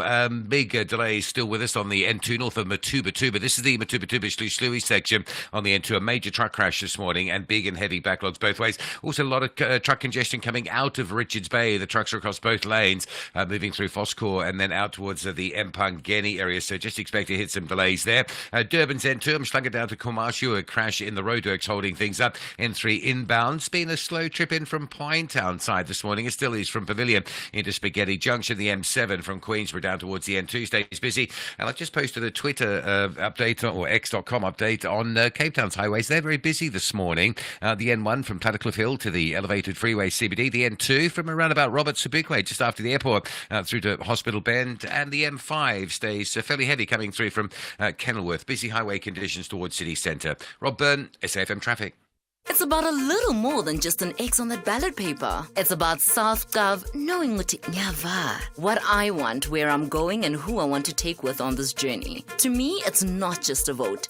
It's my democracy. I own it. So show up and register for what you stand for. From Giyani to Umlazi, Pitori to Matatiele. Bring your green barcoded ID, smart card or temporary ID certificate. Stations open from 8 a.m. to 5 p.m. 18 to 19 November 2023. Or register online by going to elections.org.za or call 0800 11 8000. It's your democracy. Own it. Brought to you by the IEC. 28 years ago, two great outfits of global rugby met in the Rugby World Cup final. The Springboks and the All Blacks. The Boks had a good day in the office in 1995 and lifted the Webb Ellis Cup on home soil. Amabokoboko have silenced the All Blacks once again. At the Rugby World Cup Final France 2023 in search of their fourth title. La la, Zanzi Africa. Back-to-back victors and four-time champions of the Rugby World Cup. An extra seat has been booked for a flight back to Africa Tonga for the Webb Ellis Cup to travel with the world's best rugby national team. Amabokoboko. Congratulations to the Springboks. Brought to you by SABC Sport. For the love of the game. Mediated conversation on SAFM. Continuing a mediated conversation based on yesterday's conversation with Car Powerships and their Global Chief Commercial Officer, Zeynep Yilmaz. That interview, of course, still available for you on the SAFM podcast page. Liz McDade is the strategic lead at the organisation Green Connection. Liz, good morning. Good morning to you and your listeners. The first question I probably need to ask you is that we know that the Environmental Affairs Department has given authorization for Car Powerships to anchor one of their ships in Richards Bay. There's still an appeal process. You've been one of the groups which have opposed Car Powerships. Are you going to use that appeal process? Are you going to lodge an appeal against this other decision? Yes, most definitely. It's our legal team are busy with that right now. And I think what's important is that when that appeal is lodged, it delays the process because it suspends the approval. I assume that would therefore mean they no longer have a guarantee that they have their authorization in Richards Bay. Also want to point out they don't have it in Kruger. And in Saldanha, we have had to review almost, I want to say, an approval within an approval because they were given condemnation, but the minister did not actually have our submission in front of her when she made that decision. We asked her to therefore review her own decision, which she didn't do.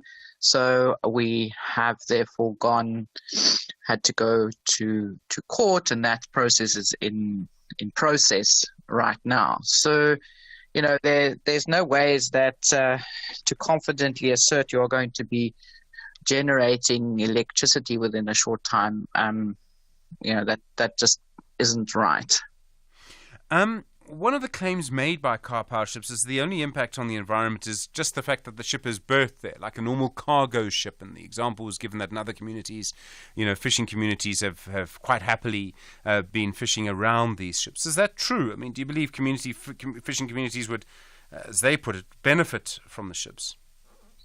Well, the assessment would say not. Firstly, you've got the sound issue, which wasn't actually studied in the first authorization, for example, at Saldanha, which was refused because they took data from another country and tried to apply it to Saldanha. And so they had to redo their studies. Second thing is that it's not just a cargo ship, it's a power ship, which means it is using seawater to cool the power station, which has an impact on the marine environment.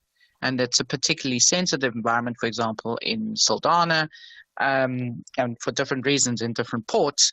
And so the small-scale fishers have objected.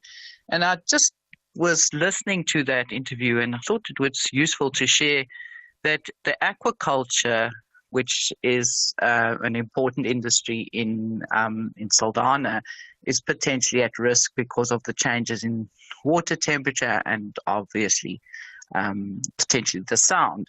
But the aquaculture, there are a lot more jobs that are existing that are then potentially at risk compared to car power projections of what they are going to create. And I think it's important to look for the listeners to understand that you can, of course, hype up how many jobs and how much money you're going to put in, but then you must put it on paper in the official documents. And the official documents submitted to NERSA say that, for example, car power is going to create, I think, 175 jobs in total over the 20 years.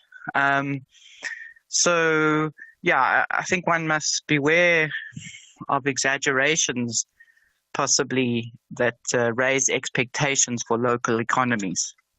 Okay, so then if these ships were to berth in various places in certain areas, what impact would that have? And of course, in the middle of all of this is the sort of offset deal where car power ships is one of the reasons they've been given permission by the Environmental Affairs Department, the decision that you're going to appeal against in court, is because they've given land to protect the rhinos. And obviously an offset is always going to be controversial in some way or another. We've spoken to the Minister about that.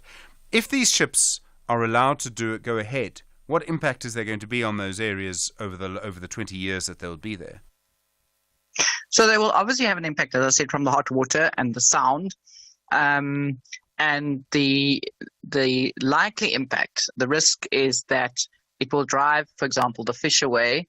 It will impact on the plankton, the cycles of the ecosystem cycles within those areas, and of course in Richards Bay and in Cook, I think birds have been raised as a critical factor in this. And I just want to talk just 1 second about the offset issue. We obviously want to conserve at least a portion of our natural environment for future generations. And when I heard about that offset, what went through my mind is this is in effect like taking our endangered, threatened penguins and saying, well, sorry guys, you're not going to have penguins in future, but there's be lots of hardy-dars. So, these are not ethical decisions in our view. And what's critical is that the livelihoods of many people depend on the current ecosystem which is existing in those harbors. Again, I refer to Saldanha. And those small-scale fishers have been not well treated, in our view, in the process. Liz McDade, thank you. Strategic lead at Green Connection. My thanks also to Chris Yellen, Managing Director at EE Business Intelligence and an advisor to Outer, which opposes the deal. And starting us off, the Global Chief Commercial Officer, that extract from car power ship, Zeynep Harazay Yilmaz. That full interview, of course, available for you on a podcast as in about 5 minutes. So will this entire mediated conversation be? We will be back with you tomorrow. Kathy is next. From Mdu Stanza Zoma and myself, look after yourself. You're with SFM. Leading the conversation. It's Wednesday morning, it's 9 o'clock. Independent and impartial. This is SFM News.